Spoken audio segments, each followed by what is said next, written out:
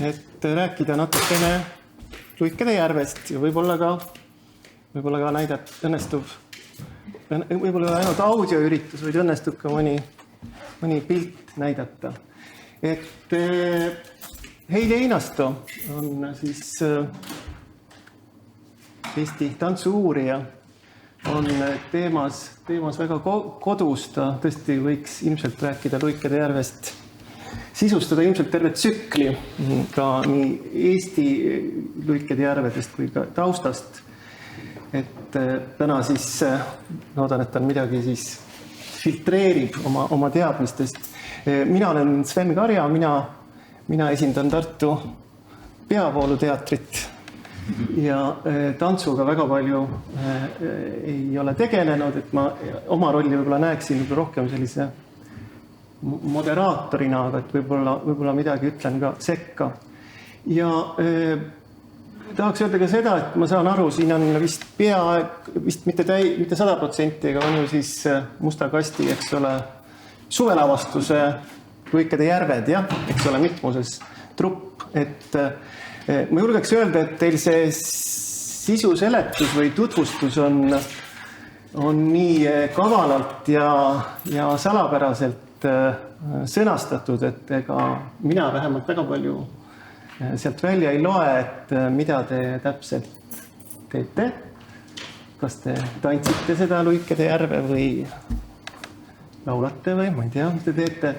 Et võimalik ka, et trupi liikmeid võib-olla huvitavad mingisugused spetsiifilisemad asjad või mingisugune nüanss, et selles mõttes palume siis julgelt sekkuda ja küsida, eks ole, et praegu on tõesti inimene, kes seda tausta valdab.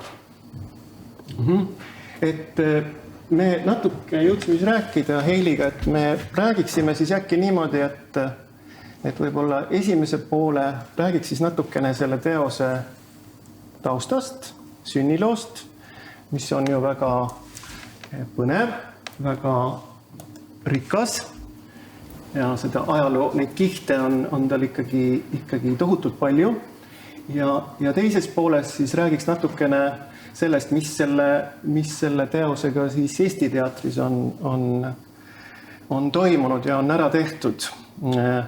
Et ei ole ju ka Eestis seda ainult siis klassikalises variandis proovitud, vaid Saša Pepeljajev eeskätt on siis juba nüüd 2 versiooni teinud Luikede järvest. Aga et lükata see jutt siis käima, võiks alustada piduliku lausega, et Eestis on käes Luikede järve ajastu. Et mitte küll siis korraga neid ei mängita, aga praegu Eesti teatris on, kas te ise olete avastanud trupi liikmed, et praegu on siis 4 Luikede järve korraga. Eks ole? Praegu mängib siis nii Rahvusooper Estonia Vanemuine, tõi paari aastast välja siis Petsuska versiooni. Von Krahlis on siis Saša Pepeljajevi uus versioon, esimene oli 2003. Ja siis Von Krahli teatris mõlemad ja siis see teie lavastus. Ja huvitav on ka veel see, eks ole, et kui siis näiteks see Pepeljajevi oma tuli 2003, siis 20 aastat tagasi, et siis oli ka huvitav see, et just 2002 oli ka Estoniast tulnud Härmi oma siis nii-öelda klassikaline ja kohe tuli siis see Pepeljajevi siis mis ütleme, natuke ära pööratud variant tuli peale. Et nüüd on siis seesama nagu juhtunud Tartus, et Vanemuine tõi paari aastast välja, ka mitte klassikalisega, ütleme siiski. Balletivõtmes vähemalt. Balletivõtmes, jah. Ja nüüd tuleb siis, eks ole, siis niisugune Peavooluteater ja siis selline natukene alternatiivse maigu teater teeb siis nagu oma versiooni. Ja Eesti see taust on siis tõesti selles mõttes huvitav, et põhimõtteliselt kuni 40 aastast siis esimene Luikede järv Eestis oli 1940 juba. Et kuna need lavastused osutusid nii menukaks ja need toodi uusi osatäitjaid kogu aeg sisse ja siis need jälle taastati, siis tehti jälle uus lavastus. Põhimõtteliselt võib öelda ikkagi väikeste vahedega, et Eestis ei ole olnud alates 40 aastast, mõned üksikud aastad, kus Luikede järv ei ole laval olnud, et on kogu aeg, kui Kaie Kõrb, eks ole, Tiiu Rand, Helmi Puur kunagi, et kogu aeg seda on antud nagu mingis mõttes seda rolli, seda esiluige rolli, eks ole, siis meie esibaleriinid on andnud nagu käest kätte või nagu õpetajalt õpetajale, et on kogu aeg olnud selles mõttes siis Eesti niisuguses repertuaari pildis on olnud kogu aeg olemas. Ja räägiks siis natuke sellest sünniloost, et ma avastasin ühe siis sellise huvitava paralleeli, et see on siis ka Luikede järv on siis üks muusikateatri siis šedöövreid, mis oma esietendusel kas võib nüüd öelda, et kukkus läbi, aga suhteliselt jahedalt võeti vastu, suhteliselt nagu külmalt, siis 1877 ja tegelikult ja nüüd siis see kõik see menu tuli siis juba 17 aastat hiljem, siis sellised nimed nagu Marius Petipa ja Lev Ivanov ja kõik see siis valmib siis nii-öelda kanooniline Luikede järv ja helilooja siis Tšaikovski ise oli juba surnud, eks ole, et ta nagu oma selle teose triumfi ta kaasa pealt ei näinud. Ja kui otsida veel paralleeli, et kas on veel muusikateatris sellised juhtumeid, kus see tohutu šedööver on läbi kukkunud, siis kohe lööb ette Bizet Carmen, eks ole, mida siis võib-olla musta kasti kontekstis võiks meenutada, mis siis esietendusel lausa vilistati välja, eks ole, ja kõik see suur edu helilooja enam ise selle kaasa ei saanud elada. Ja tõesti, siis see esmalavastus 1877 lugesin sellise fakti, see koreograaf oli Reisinger, vist häältakse seda, jah, et ta ei olnud vist mitte eriti andekas inimene ja ta oli ka üsna kõva kuulmisega. Leidsin sellise fakti. Ja ma tean, et selles esmalavastuses, siis, millest hiljem siis loobuti, et luikedele olid siis monteeritud tiivad selga, eks ole, mis ka, ma arvan, tegi liikumise üsna kohmakaks. Ja üsnagi tõesti kummaline on küll lugeda seda, et siis ka jahe oli siis kriitika, et ka siis näiteks muusika osas, et ikkagi võiks ju küll mõelda, et see muusika on ju ikkagi tõesti ju meelde jääb karakteerne, ikkagi imeline ja kaunis, eks ole, seda põhimeloodiat kuulame. Et tõesti, selle esmalavastuse puhul ka muusika kohta kirjutati. Muusika on igav, monotoonne, mõttetu, liiga sümfooniline balleti jaoks. Liiga raske. Ja. Aga annaks Hillir edasi, et äkki sa räägid siis sellest päris algusest. Ja 1877 tegelikult sellest esimesest lavastusest me ei teagi väga palju, et Julius Reisinger, tegelikult Václav Reisinger, Tšehhi taustaga koreograaf ja isegi me ei tea libretto autorit, et esimene versioon oli tehtud lihtsalt saksa ja vene muinasjutte kombineerides ja põhiintriig oli, et siis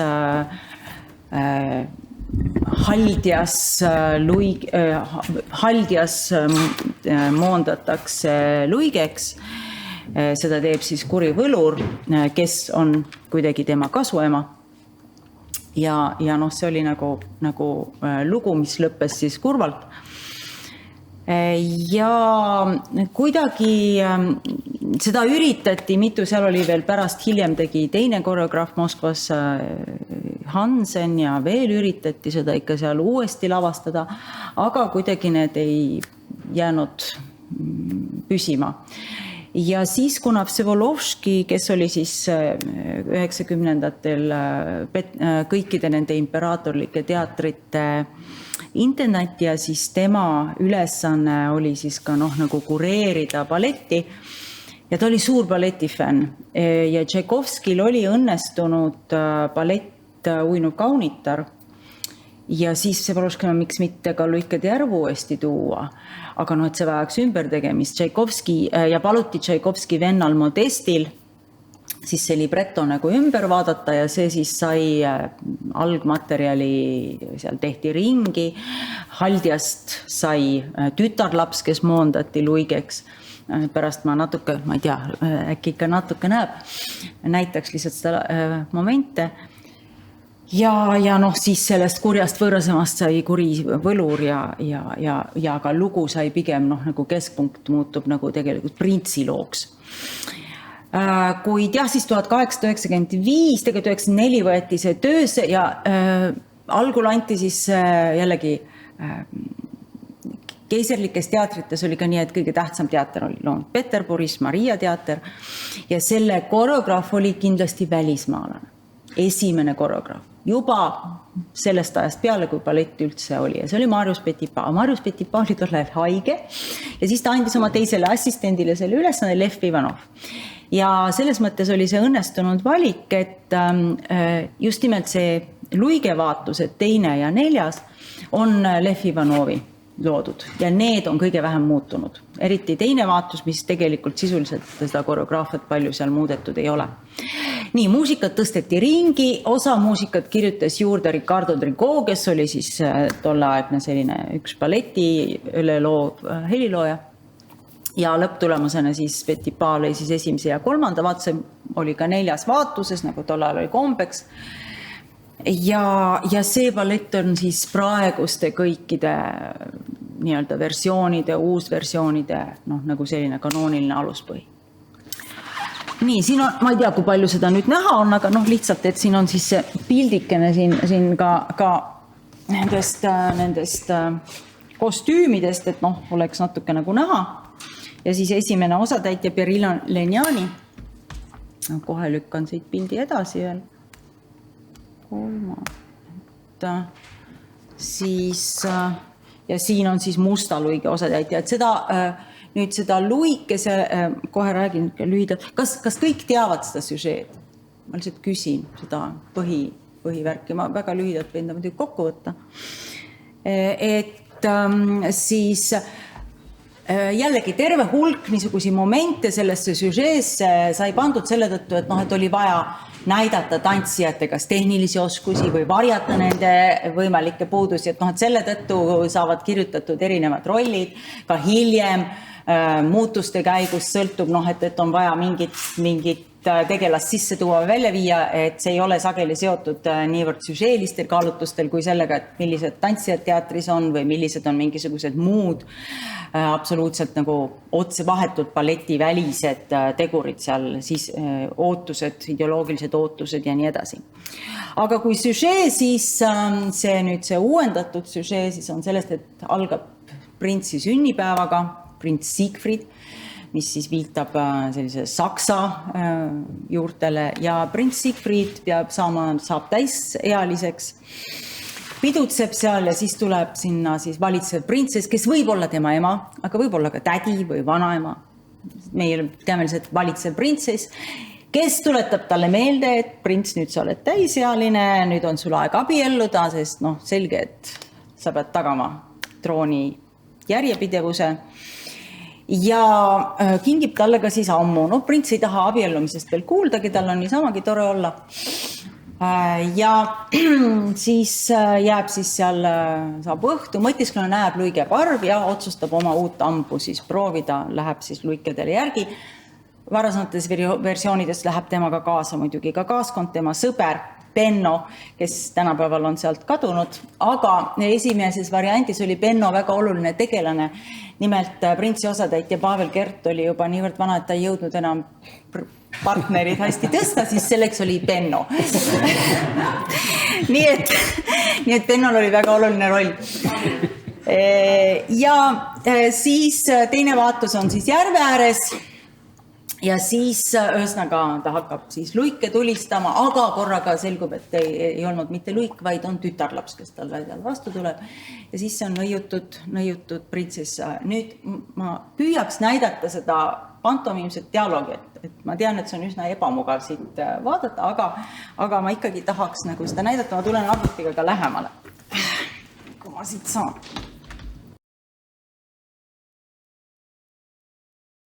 Siis, et prints ei või seda purjavõlurit kohe ära tappa, sellepärast, et siis ei saaks see luik ega ükski nendest teistest luikedest sellest nõidusest vabaks. Nii, aga et see pantomiim siis enamasti tänapäeval on küll kadunud, aga ühesõnaga nüüd see intriig on siis olemas see, milles edasi läheb, et kuidagi saaks siis selle printsessi siis esiteks prints armub. Korras segad, need pantomid nagu esimestes lavastustes oligi. Ja seda nimetati kurttummade keeleks ja nüüd hakatakse ta tagasi tooma, sest 20. sajandi algul leiti, et see ei ole vajalik, on tantsud, ma näitan teile, püüame vaadata siis, kuidas ta on näiteks 67. aasta lavastust Tiiu Randvir, seal seda pantomiimi ei ole. Aga nüüd viimase, ütleme siin mingisuguse 15 aasta jooksul on väga tugev selline restitutsiooniline liikumine, et jälle tuua tagasi väga palju sellest vanast balletist, et see ei olegi üldse kurtumade keel, vaid sellel on ka oma esteetika ja oma huvi ja ta teeb, nagu annab juurde. Nii, ja siis ühesõnaga nüüd on see selge, et ühesõnaga prints tõepoolest armub siis, sest ta on nii kaunis ja nüüd veel üks moment, mis sageli nagu ära unustatakse, kuidagi kaob ära nendest lavastustest, et Luik lubab tulla siis järgmisel päeval pallile või õhtul õigemini, aga ta ei saa liiga vara tulla, sest ta on päeval Luik, öösel teatud kellaajast, kui tõenäoliselt 12, ta saab oma inimkuju tagasi, et ta ei saa nagu tulla enne sinna pallile. Aga ta lubab sinna tulla ja prints sellisel juhul saab talle siis abielu ettepaneku teha ja kõik läheb kenasti. Aga kurivõllur kuuleb seda pealt ja otsustab siis, et ei ole see asi midagi nii. Nüüd prints siis on seal 3. vaatuses Elevil, sinna tuuakse kõik need pruudikandidaadid, seal on rahvatantsud, tavaliselt balleti eesmärk jällegi selleks, et tekitada sellist pinget klassikalise tantsu ja siis karaktertantsu vahel tõmbab natukene alla, annab kontrasti. Ja prints esitletakse talle siis kõiki pruudikandidaate ja ta marsib kõikidest mööda. Juba on kohe skandaal puhkemas, kui tuleb fanfaariga veel üks külaline, parun Rotpart koos oma kauni tütrega. Ja see tütar siis antud juhul siis on siis selline mustluik, ehk teisiti öeldes väga sarnane siis selle valge luigega. Ja siis eesmärk on siis panna see prints siis truudust murdma või vähemalt oma vannet murdma. Ja siis mustal luigel on ülesanne siis võrgutada see prints. Nüüd alati me ei teagi tegelikult, kas prints armub uuesti või kui juhtuda nii või ajabki segamini, see sõltub mustal luige osatäitjast, kuid põhimõtteliselt selles, et ta siis igal juhul vannub siis, annabki siis, palub siis mustal luige oma mustal luige kätt ja vannub talle truudust. Ja siis, Etis oled, nüüd kõik on läinud.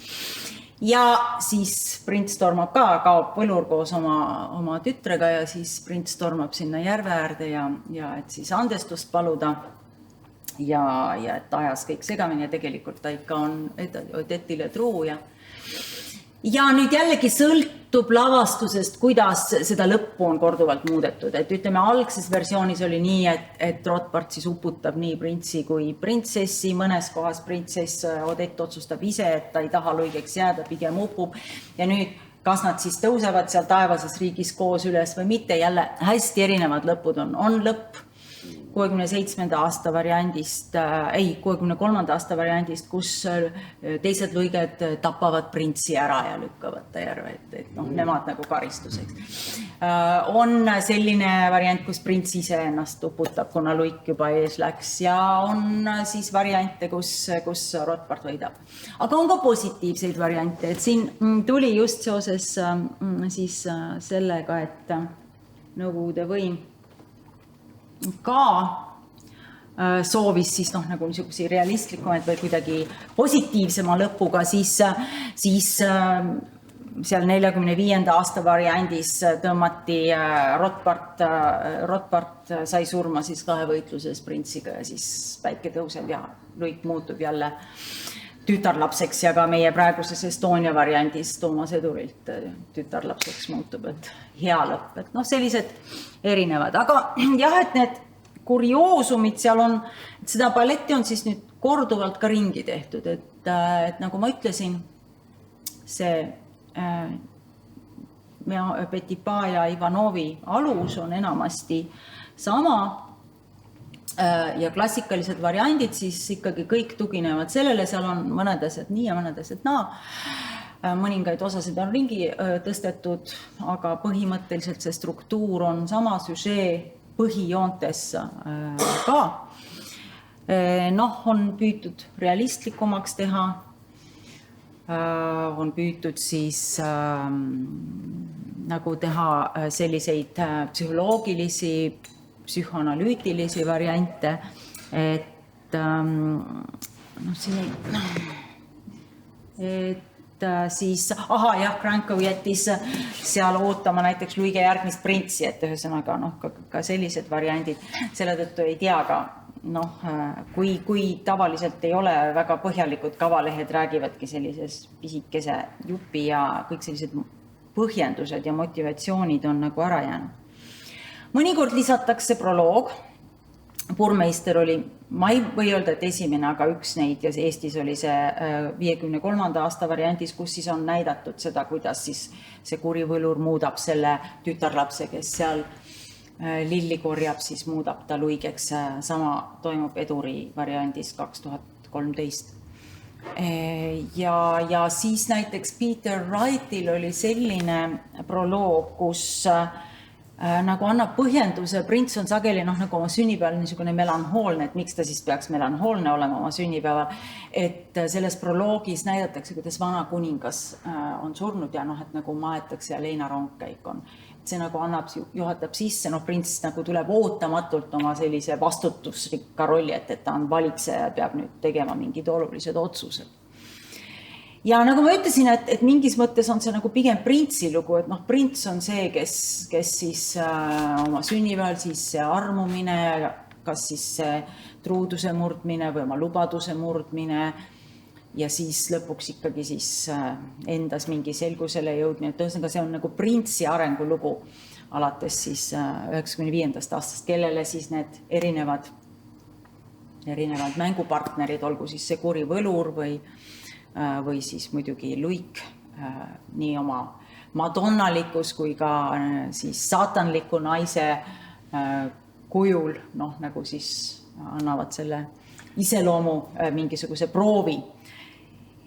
Nüüd uuematest variantidest, Luikede järve on ka tehtud siis nüüd ütleme lisaks klassikalistele variantidele ka seda süžeed, ütleme siis kohandades, aga eelkõige koreograafiat muutes ja äkki, vähemalt ma võin teile öelda, et YouTube'is on olemas, siis võite ise leida Mats Ekilt, kes esiteks pani luikedeks, mis oli nagu uuenduslik oli, et luiged olid tal nii mehed kui naised, et siis nendes valgetes tüllseelikutes sellised sukad olid peal. Kas äkki oskad ka siis öelda, et räägiks tüllseelik, eks ole, et meil see Luikede järv meil nüüd kohe ette, eks ole, et see kostüüm on siis, eks ole, tükk aega oli Eestis ka öeldi, eks ole, see ümmargune seelik.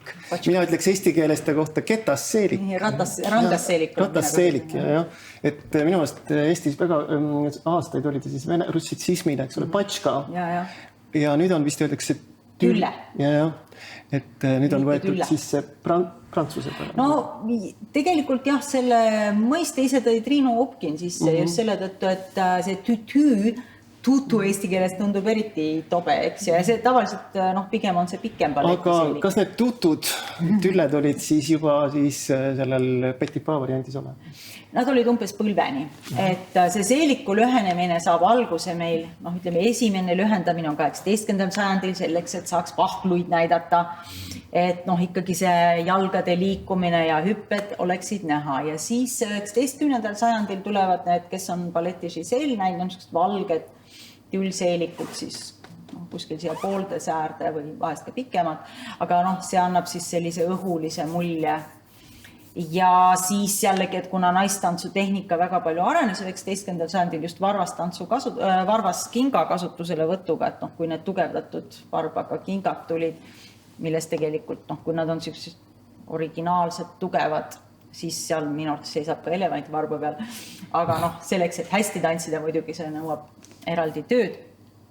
Ja nüüd see toob nagu naistantsu hästi palju ühest küljest sellist jõulist elementi, tuurid, erisugused pöörded, hüpped ja selleks, et neid jälle nagu oleks paremini näha, siis see seelik muudkui lühenes, et lühenes kuskil siia põlveni, niisuguse kaharseelik.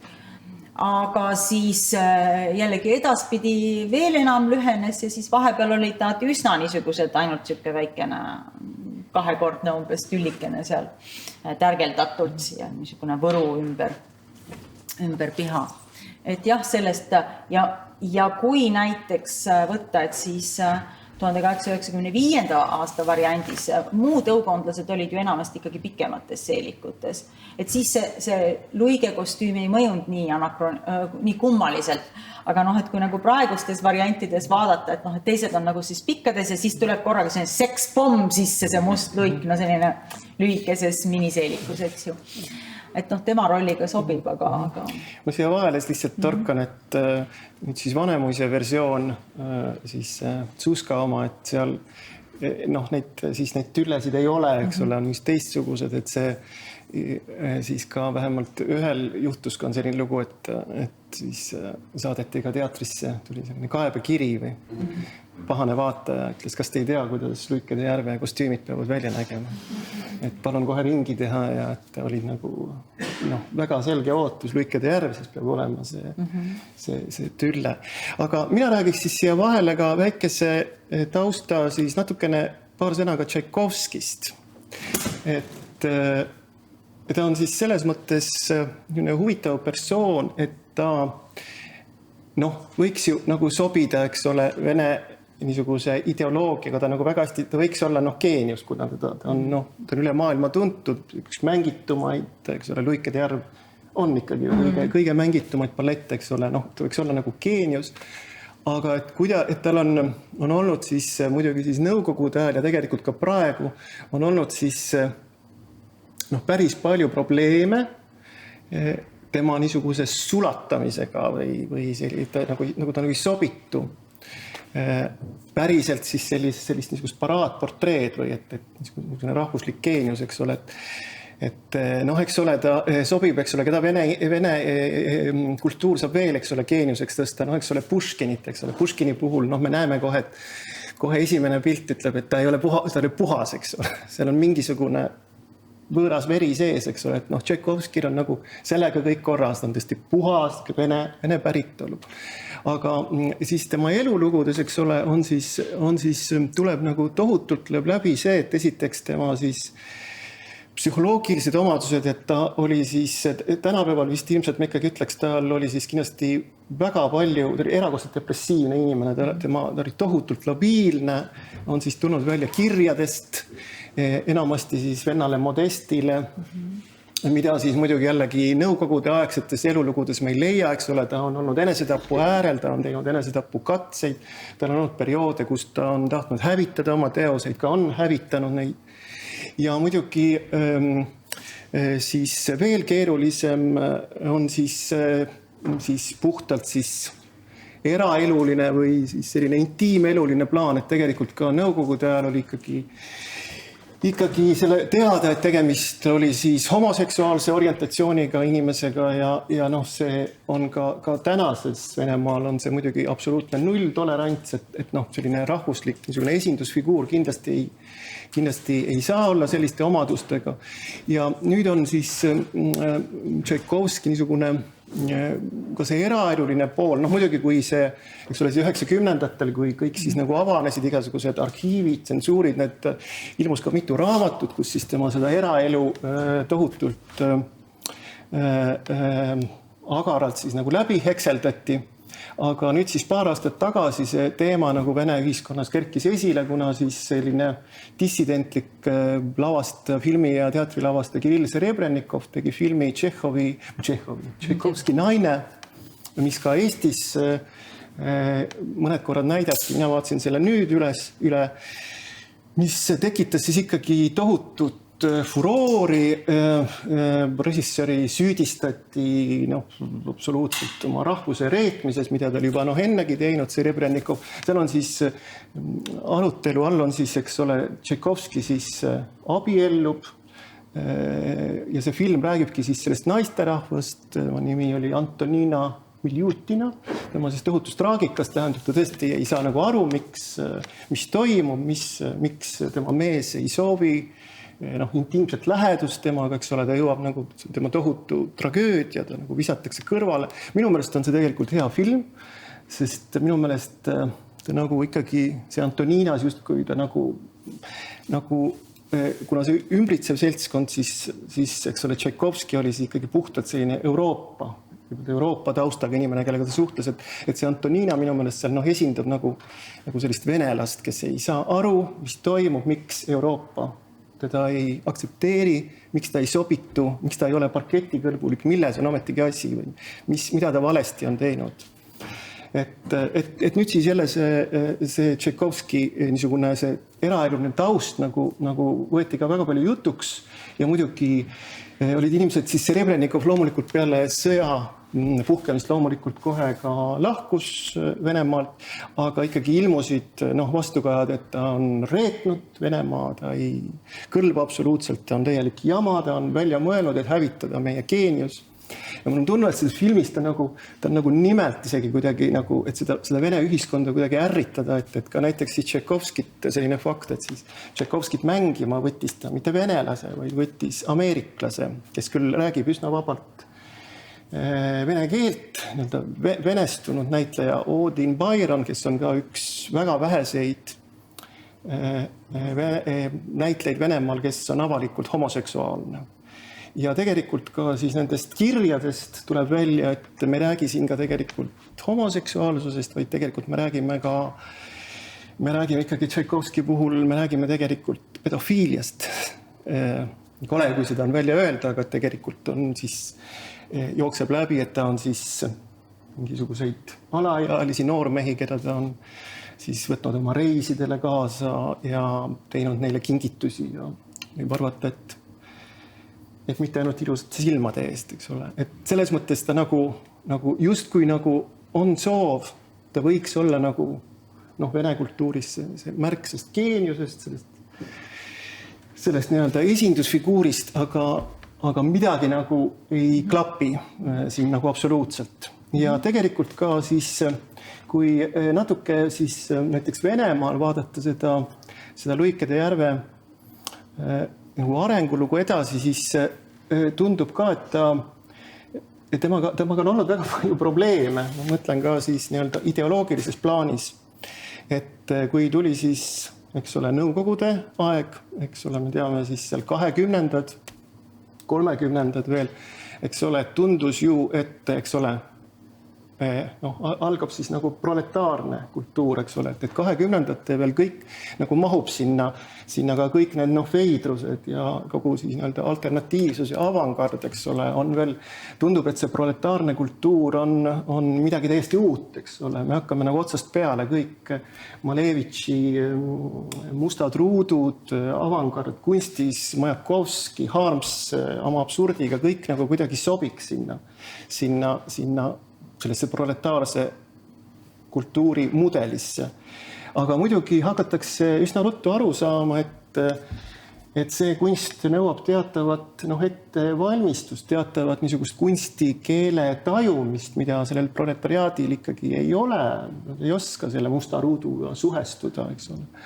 Vaid oleks vaja siis teha ikkagi otse primitiivsemat, midagi lihtsamat, eks ole. Kõik peab olema selge, eks ole, kuhu siis jõutakse välja, siis 40-ndateks, 50-ndateks, eks ole, Stalin, eks ole,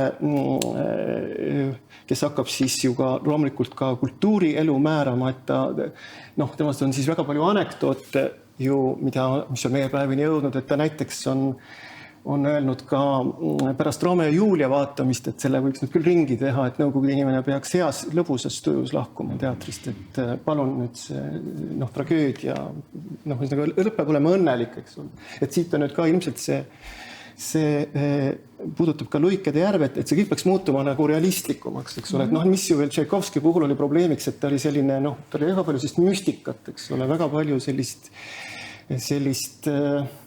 afekteeritust või sellist emotsionaalsust. Ma võtan sult. Kõik peaks olema nagu selline selge ja asetuma sellesse realismi kaanonisse on see liikumine. Kui sa nüüd räägid just sellest Tšaikovski, tähendab mingis mõttes võib-olla isegi selle Tšaikovski eluga seotud, kuigi võib-olla mitte täiesti, siis nagu ma räägin, et Matseki variant, milles küll, et seal on nagu prints on alla surutud, mingis mõttes võime rääkida nagu alla surutud Tšaikovski, kes võitleb siis nagu oma ema vastu, see printsess, et see kuri nõid ja või kuri võlur ja ema on nagu üks ja sama tegelane. Ja siis ta üritab siis nende naiste siis see Odette ja siis Ottilia kaudu nagu leida iseennast ja noh, see nagu ei õnnestu või see punahabe ikkagi lõppkokkuvõttes võidab. Ja kui ma ütlesin, et noh, tema variandis juba on noh, nagu luiged nii mehed kui naised läbisegi, et siis Matthew Byrne 95. aastal tuleb ju selles mõttes täiesti, et temal on luiget ainult mehed. Ja nüüd tema variandis ongi siis see on nüüd nagu selline natukene võib-olla ka iroonia kuningliku perekonna, noh, Inglise kuningliku perekonna pihta, aga ka seal on siis selline prints, on selline äppu, kes on alla surutud oma väga jõulisest domineerivast emast kuningannast. Ja siis ta püüab ennast leida ja siis ta on seal nende luikede juurde ja Matthew Byrne ütles, et noh, tema jaoks luik ei ole naiselik. Noh, naiselik lind, et luik on niivõrd tugev lind, et pigem ta seostub mehelikkusega. Ja noh, temal siis ongi need luiged on seal mehed ja siis see prints avastab nii-öelda iseenda selle homoseksuaalsuse siis läbi selle luige või avastab või tunnistab endale. Ja nüüd siis kolmandas vaatuses tuleb mustluik, seal on selline sadomaso teema, noh, pigem selline sadistlik mustluik, kes siis jälle, kui õnnestub äkki või vähemalt saate YouTube'is vaadata, Matthew Byrne'i variant on seal olemas, 2 vaatust. Ja siis ühesõnaga lõpeb see sellega, et siis see prints tegelikult ka sureb seal siis selle ja see valge luik jääb või see tema armastatud luik siis hoiab teda oma käte vahel siis ühesõnaga. Aga et kui sa nüüd rääkisid sellest Tšaikovskist, siis minu jaoks ka jookseb sealt läbi võib-olla Tšaikovski enda traagika, et noh, et jällegi see kellena sa ennast tunnistad ja kuidas sa tunnistad ja mis on võimalik ja mis ei ole võimalik. Sa ütlesid pedofiilia, et nii palju kui ma tean, siis ka on räägitud, et tema ja tema venna vahel olid intiimsuhted, et noh, selles mõttes selline keeruline igal juhul ja vaieldamatult ka traagiline. Nii et selge, et noh, Tšaikovski on andnud ainet ja Luikede järv samamoodi, et selles balletis on nagu midagi, mis tõmbab tegelikult ka teda uuesti ja uuesti lavastama ja eri vaatepunktidest, et ka klassikalistes variantides. Näiteks Neumeier 1973 ju toob tegelikult viib Luikede järve või lavastab selles nagu Baieri Ludwigi loo, et arvatakse, et seal ongi see eos olemas, sest Ludwig teine ju ka jäi kadunuks, uppus ja tema oli suur luikede fänn ja kogu see luige temaatika ümbritses teda selline germaani mütoloogia. Nii et noh, siin sellised on ja Tiit Härmil ka oli natuke sellest Neumeieri versioonist nagu varianti prints oli unistaja ja see Luikede järv kehastas tema jaoks siis sellist unistuste maailma, millega siis see prints ja see reaalne elu teda nagu sellega ta ei suutnud suhestuda. Nii et seal sellised noh, nagu reaalse ja siis selle, ma ei tea, teispoolse või unistuste maailma vastuolu on sinna loosse ka natuke sisse ju kirjutatud, kui me vaatame. Vähemalt Tšaikovski enda meloodiates on see täiesti olemas. Ja noh, üks aspekt siis muidugi, mis nüüd selle loengu pealegi ka tõstetud või et see poliitiline pool siis tõesti seal nõukogude kultuuris veel, et see on ka kindlasti väga huvitav teema, et kuidagi et asjad jälle nagu ei tahaks nagu klappida, eks ole, et noh, see ballett on ikkagi tegemist on täiesti puhta muinasjutuga, selle romantismi, võiks öelda kõrgromantismiga, eks ole, ja ühel hetkel ta siis muutus siis ikkagi Nõukogude Liidus, siis ikkagi juba Stalini ajal ja ka palju aastaid hiljem ta muutus siis tõeliseks niisuguseks Nõukogude balleti etaloniks, esindusteoseks. Seda esitati kõikidele väliskülalistele. Stalin oli seda siis vaadanud lugematuid kordi, kui saabusid mingisugused külalised, seda esitleti kui Nõukogude kultuuri niisugust tippsaavutust. Et ta on ka, ma arvan, niisugune, ka tänapäeval niisuguse, tõesti, mis see siis on, balalaika ja ma ei tea, baranka ja vodka, eks ole, Luikede järv, Vene karu, eks ole, ta on niisugune see komplekt, eks ole, see Vene kultuuri komplekt. Et siis ja omal ajal siis väga kõige kuulsamad Vene baleriinid, Anna Pavlovna, eks ole, Kalina Ulanova muidugi, siis Maia Plisetskaja, eks ole, väga muljetavaldava karjääriga baleriin, tema siis on ka kokku lugenud, et tema siis esitas seda juba, tema karjäär hakkas juba Stalini ajal, tema karjäär kestis 30 aastat, vist 47 kuni 30 aastat edasi, tema on seda luike tantsinud 800 korda. Et kõik riigijuhid, Hruštšov, Stalin, Hruštšov, kõik olid tohutult sellest Luikede järvest vaimustuses, et ka mõned anekdoodid on jõudnud meieni, et näiteks Nikita Hruštšov, kes oli väga lihtne, eks ole, siis neid esimesi sekretäri oli Plisetskajale kurtnud, et teate, Maia, et kui ma kuskilt kuulen seda põhimeloodiat, siis teate, ma hakkan oksele selle peale. Ma panen silmad kinni ja ma näen neid valgeid seelikuid ja tanke, ma näen kuskilt sõitmas. Et jälle mingisugune vastuvõtt, jälle ma pean selle ära vaatama, eks ole. Ja üks selline anekdootlik lugu, mida siis Plisetskaja oma mälestuste raamatus kirjutab, on see, et muidugi seal teatris siis, eks ole, me räägime nüüd Moskva suurest teatrist loomulikult, kõige esinduslikumast teatrist, et seal loomulikult olid siis seal teatris ka meeletud intriigid ja muidugi see trupp oli tohutu suur, ega neid luikesid siis nagu on siis, eks ole, muusikateatris mitu koosseisu, olid tohutud löömad, kes saab näiteks siis mingile riigijuhile siis tantsida seda partiid, enamasti sai siis tema muidugi, kui oli siis see prima number 1. Ja et siis oli, näiteks seal teatris olid siis ka garderoobid olid jagatud, et neid nimetati õrred.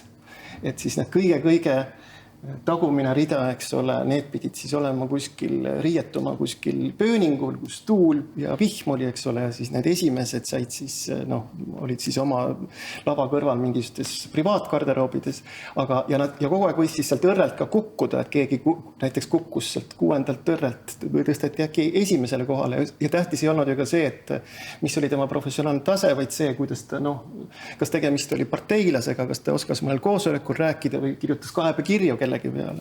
Aga see anekdootlik lugu on selline, et mida Plisetskaja meenutab, et ühel päeval öeldi, et nüüd tuleb Stalin. Tuleb Stalin, eks ole, vaatama ja enne vist oli olnud siis ka atendaadi katse, et tehti meeletu turvakontroll ja igal tantsijal pidi siis olema igal sammul kontrolliti siis seda luba, eks ole. Ja oli relvastatud valve igal pool, et ta kirjutab, lähed garderoobist välja, ta lähen soojendust tegema, ukse taga, sa pead jälle esitama luba, et saada proovisaali luba, et minna lavale peab olema luba, eks ole. Muidu sa ei saa. Ja ka laval peab sul see luba kuskil nagu kaasas olema. Ja see luige kostüüm, eks ole, ei ole väga palju võimalusi, et ta pidi sinna kuskile sinna nagu paigutama. Ja et kogu selle etenduse ajal ta nerveeris mitte sellest väga, et kuidas õnnestub need koreograafia, aga et ega see need ei libise kuskilt see luba siis nüüd maha, eks ole, et see võib ju tähendada tegelikult, et etendus peetakse kinni, sest kellelegi võib tunduda, et mingisugune eriti peen, mingisugune lõhkeseadeldis on lavale, eks ole, toimetatud. Ja muidugi siis see nüüd praeguseni siis, kui rääkida Luikede järve see muusika või tähendus, et praegu siis on vene inimesel on väga, väga selge seos, et seda hakati kasutama siis ühel väga kindlal funktsioonil, väga kindlatel hetkedel, et ühesõnaga kõik siis riigipöörde katsed ja ka riigijuhtide surmad on siis seotud siis sellega, et televiisorist, mis on väga tähtis, eks ole, vene inimesele, hakkab tulema äkki Luikede järv. Et seda ka nüüd öeldi, eks ole, et viimaste sündmuste jooksul, et Luikede järveni ei jõudnud, riigipöörde katse jäi ära. Ja see algas siis aastal 82, kui pidi olema Nõukogude miilitsapäev, oli teada, et juba Leonid Brežnev on väga haige. Ja ta oligi surnud, aga veel sel hetkel nagu seda infot hoiti kinni miskipärast ei avaldatud enne, kui oli juba teada, kes on siis järgmine mees. Ja lihtsalt mängiti kõik siis kesktelevisioon, tsentraalne televiidine, äkki siis näidati ainult Luikede järve. Kukkus järgmine, eks ole, Tšernenko, Andropov oli vahepeal, Tšernenko, kõikide puhul mängiti Luikede järve. Kusjuures ma korra hüppan vahele, mul tuli meelde, ma käisin ise siis vaatamas, kui Brežnev suri. See oli täiesti korraline etendus, ta oligi Luikede järv Estonias ja kusjuures ma praegu ei mäleta, kes tantsis tookord, aga ma mäletan seda, et orkester oli küll vist rõõmust purjus, sest et tähendab, need helid, mis sealt kostsid, olid väga huvitavad. Nii et jah, et see oli jah, neljapäevane päev. Ja muidugi, mis on siis ka väga oluline, et kui siis aastal lõpuks 91 oli siis, eks ole, siis riigipöörde katse, eks ole, oli putš. Et siis mitu päeva oli siis televiisorist jooksis Luikede järv. Ja siis öeldakse jah, et tänase päevani, et kui vene inimene kuuleb seda põhimeloodiat, siis ta kohe läheb paanikasse, kas nüüd on midagi riigis juhtunud, keegi on surnud või riiki toimub mingi revolutsioon, või et nüüd on ta saanud mingi väga kummalise tähenduse. Ja see et putši ajal seda mängiti on veel eriti ju kummaline, kui siis hakata kuidagi semiootiliselt seda lahkama, et seda ju sel hetkel see pandi ju peale selle eesmärgiga, et näidata, eks ole, et see on Nõukogude Liidu kõige tähtsam ballett esindusteos oli ju soov näidata, et Nõukogude Liit on olemas, on võimas, ta püsib, kõik ta on alles, justkui nagu Nõukogude Liidu nagu selline sümboolne restauratsioon või restauratsiooni katse. Aga tegelikult, eks ole, kujunes see siis Nõukogude Liidu, võib siis öelda Luige lauluks. Et tegelikult ta lõpetas selle riigi. Ja see Luige temaatika, eks ole, on väga huvitav veel, et see Luige laul, et see on päris paljudes keeltes, eks ole, selles tähenduses siis, et viimane, eks ole, mingisugune viimane asi enne surma. Ja siis avastasin veel, et selle Luikede järve ja niisuguse nagu kultuse suhtes on siis näiteks, eks ole, teine Venemaa väga tähtis figuur või geeniuseks tõstetud, et Vladimir Vysotski on siis ühes laulus on tegelikult natuke mõnitanud seda ka, et Nõukogude riik selle balleti nii oluliseks tõstis, et tal on rida, et даже в области балета мы впереди планеты всей, et isegi balleti suhtes meie oleme planeedil esirinnas või meie, ühesõnaga, et eks ole, vene kultuuris see, et ainult vene inimesed, eks ole, alistasid kosmose, tegid leiutised, avastasid kõik, algatasid selle peale.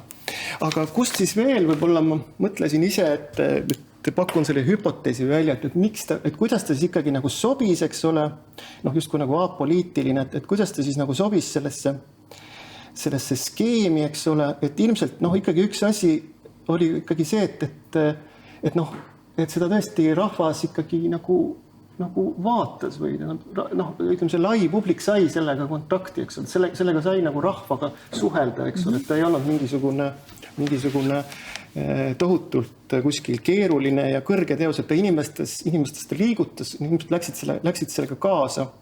Aga võib-olla üks asi veel, et eks ole, mõeldes sellele, eks ole, et kui Nõukogude ideoloogias oli see, et see mitšuurinlus või et me ei oota looduselt armuande, võtame ise, et kujundame ringi, eks ole, et kui mõelda näiteks, eks ole, selle Luigele, Luige kujule, eks ole, et seal esimesel hetkel ikkagi tundub, et teda on nagu päris raske inimesel nagu kehastada või selleks muutuda, eks ole, seal on demokraatia või kõik see, kuidas ta välja näeb, on suhteliselt nagu ilmvõimatu ja see tundub sellise tsirkuse või mingi akrobaatidele, eks ole, nagu jõukohane, et kuidas inimene saaks. Ja nüüd äkki siis, eks ole, selle laval, selle muusikaga, selle lava lummusega, eriti treenitud kehas, et võt Nõukogude Liidus, võt Nõukogude balletilaval on võimalik tekitada äkki kuidagi väga tugev illusioon, et on inimene, kuidagi me läheme selle illusiooniga kaasa, et seal on nagu luik. No, mis sa arvad? Ma ei oska sulle öelda, ma ei taha sulle vastu vaielda, ma lihtsalt tahan öelda, et, et kuna vene kultuuris tegelikult see, nagu ma ütlen, et Luik on olnud nagu naiselikkuse võrdkuju ja naisi on, see sul Luige kael peaks olema, et nagu terve hulk selliseid nagu paralleele on ja liigub nagu tähendab, tõenäoliselt mitte nii nagu Luik siis maa peal, aga nagu seal vees ujub, eks ole, et siis naisterahvas ka peaks niimoodi purjetama nagu Luik laintel, eks ju. See kindlasti, ma mõtlen seda, et ka tänapäeval Luikede järv on populaarne vaieldamatult absoluutselt ükskõik millises, ma ei julge, aga vähemalt lääneriikides tunduvalt populaarsem kui ükskõik milline teine olgu kaasaegne või klassikaline ballett, et seal on muusika, ilmselt see tants haarab kaasa, kui on head tantsijad, siis neil on ka olemas selline loo jutustamise võime, me võime siin vaadata, ei näe väga hästi, aga äkki natukene saan näidata neid lõike meie oma tantsijatelt ja et sellel on oma maagia ja see tuleb kaasa. Nüüd sa ütlesid, jah, 20. Nõukogude Liidus oli tõesti selline eksperimentaalne periood, et tohutult stuudioid oli ja tehti, aga jällegi, nagu sa ütlesid, et see lihtrahvas nii-öelda, ei töölised, madrused, see seltskond, neile oli klassikaline ballett võõras, neid toodi vaatama neid laasju, nad ei saanud aru ja samamoodi olid kõik need muud eksperimendid. Ja siis toimuski selline nii-öelda realistlik pööre ja väga palju võeti kirjandusteoseid aluseks. Seal Puškini, Bahtšissarai, Purskaev, Vask Ratsani, kõik tehti ballettideks. Lood hästi selged ja hästi palju just seda sama pantomiimi. Et põhilugu sai tehtud niisuguste, mitte võib-olla nii selgete, aga hästi niisuguses väga lihtsas koreograafilises keeles ja sellist keerulisemat tantsu, efektsemat tantsu, millega rahvas jällegi hästi kaasa mitu tuuri ta teeb, mida ta teeb. Need olid siis teatud olukorrad, kas siis peod, pulmad, kus võis siis sellist pljaskit teha, eks ju. Ja sellega kaasnes tohutu koreograafia lihtsustamine, aga jällegi klassika nagu ilmselt Luikede järve kaudu ja mõned teisedki peosed, mõned palju-palju hiljem tulid, aga Luikede järvet, et oma vene helilooja, eks ole, oma vene muinasjutte saada teha lihtsamaks ja arusaadavamaks ja sellega ühesõnaga just 20. lõpust Stalini võimule tulekuga ikkagi ballett juba väga-väga lihtsustus, et esiteks Parvas tants muutus kohustuslikuks, absoluutselt. Klassikaline ballett oli kõige alus, kuna Stalin armastas ju väga klassikalist kunsti, eks ole, et ka see klassikaline arhitektuur oli eeskujuks ja niisugune tuleb ikkagi, et kõik sellised muud veidrused olid kodanlik igand, lääne veiderdamised ja see roogiti halastamatult välja, nii et ka näiteks Fjodor Lopuhov, keda ma siin mainisin ja kes lavastas selle õnneliku lõpuga Luikede järve, oli 20. aastal üks suurimaid eksperimentaatoreid ja siis, kuna ta oli ka väga-väga hea klassikalise kooliga tantsija ja koreograaf, siis ta lihtsalt hiljem lavastas hulgaliselt ka klassikalisi ballette, väga palju just sellises puhtast, selles koolis, millest ta oli õppinud.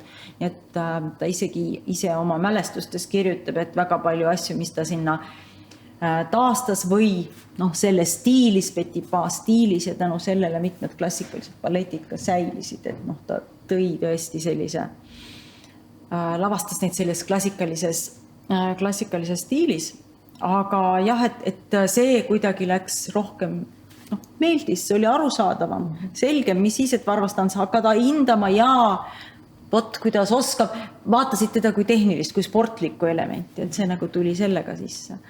Ja alles 60-ndatel hakkasid jälle, nagu tantsuline keel võis rikastuda 60-ndate seal 50-ndate lõpus, aga et see oli üks suurimaid probleeme ja Mai Murdma ju kirjutab või räägib väga palju sellest, et kuidas ikkagi eeldati, et kõik peab olema varvastel. Ja hea näide on tegelikult meie oma Kalevipoeg, kui hüpata korra juurde, et 48. aasta lavastus oli hästi palju Helmil Tohvelmannil tehtud hästi folkloorsel baasil ja ikkagi nii-öelda pasteldes ja kui nad siis seda näidati Moskvas, siis see tekitas nagu, et ballett ja siis meie kohalikud, mitte Moskva partei funktsionärid, aga meie kohalikud funktsionärid läksid nagu väga murelikuks sellest, et Moskva ei saanud meist aru ja siis nõuti, et Kalevipojal tuleb ka teha Varvastel. Nii et kogu Kalevipoeg tõsteti siis Varvastele uues lavastuses. Aga seoses sellega mul tuli meelde, ma tahaks näidata seda väikeste luikede tantsu, kuna see on nagu klassikalist varianti, aga nüüd kui seda näidati ka Moskvas dekaadil, seda rääkisid Aime Leis ja Aigi Rüütel, kes olid õppinud balletikoolis. Ja balletikoolis õpetati neile see variant, mida oli teinud tegelikult Rahel Olbri 1940. aasta lavastus. Ka 48. aasta lavastus oli tegelikult ilma Olbri nimeta, aga väga palju oli temast säilinud, Anna Ekston. Näidati siis seda väikeste luikede tantsu, mis oli täiesti teistsugune.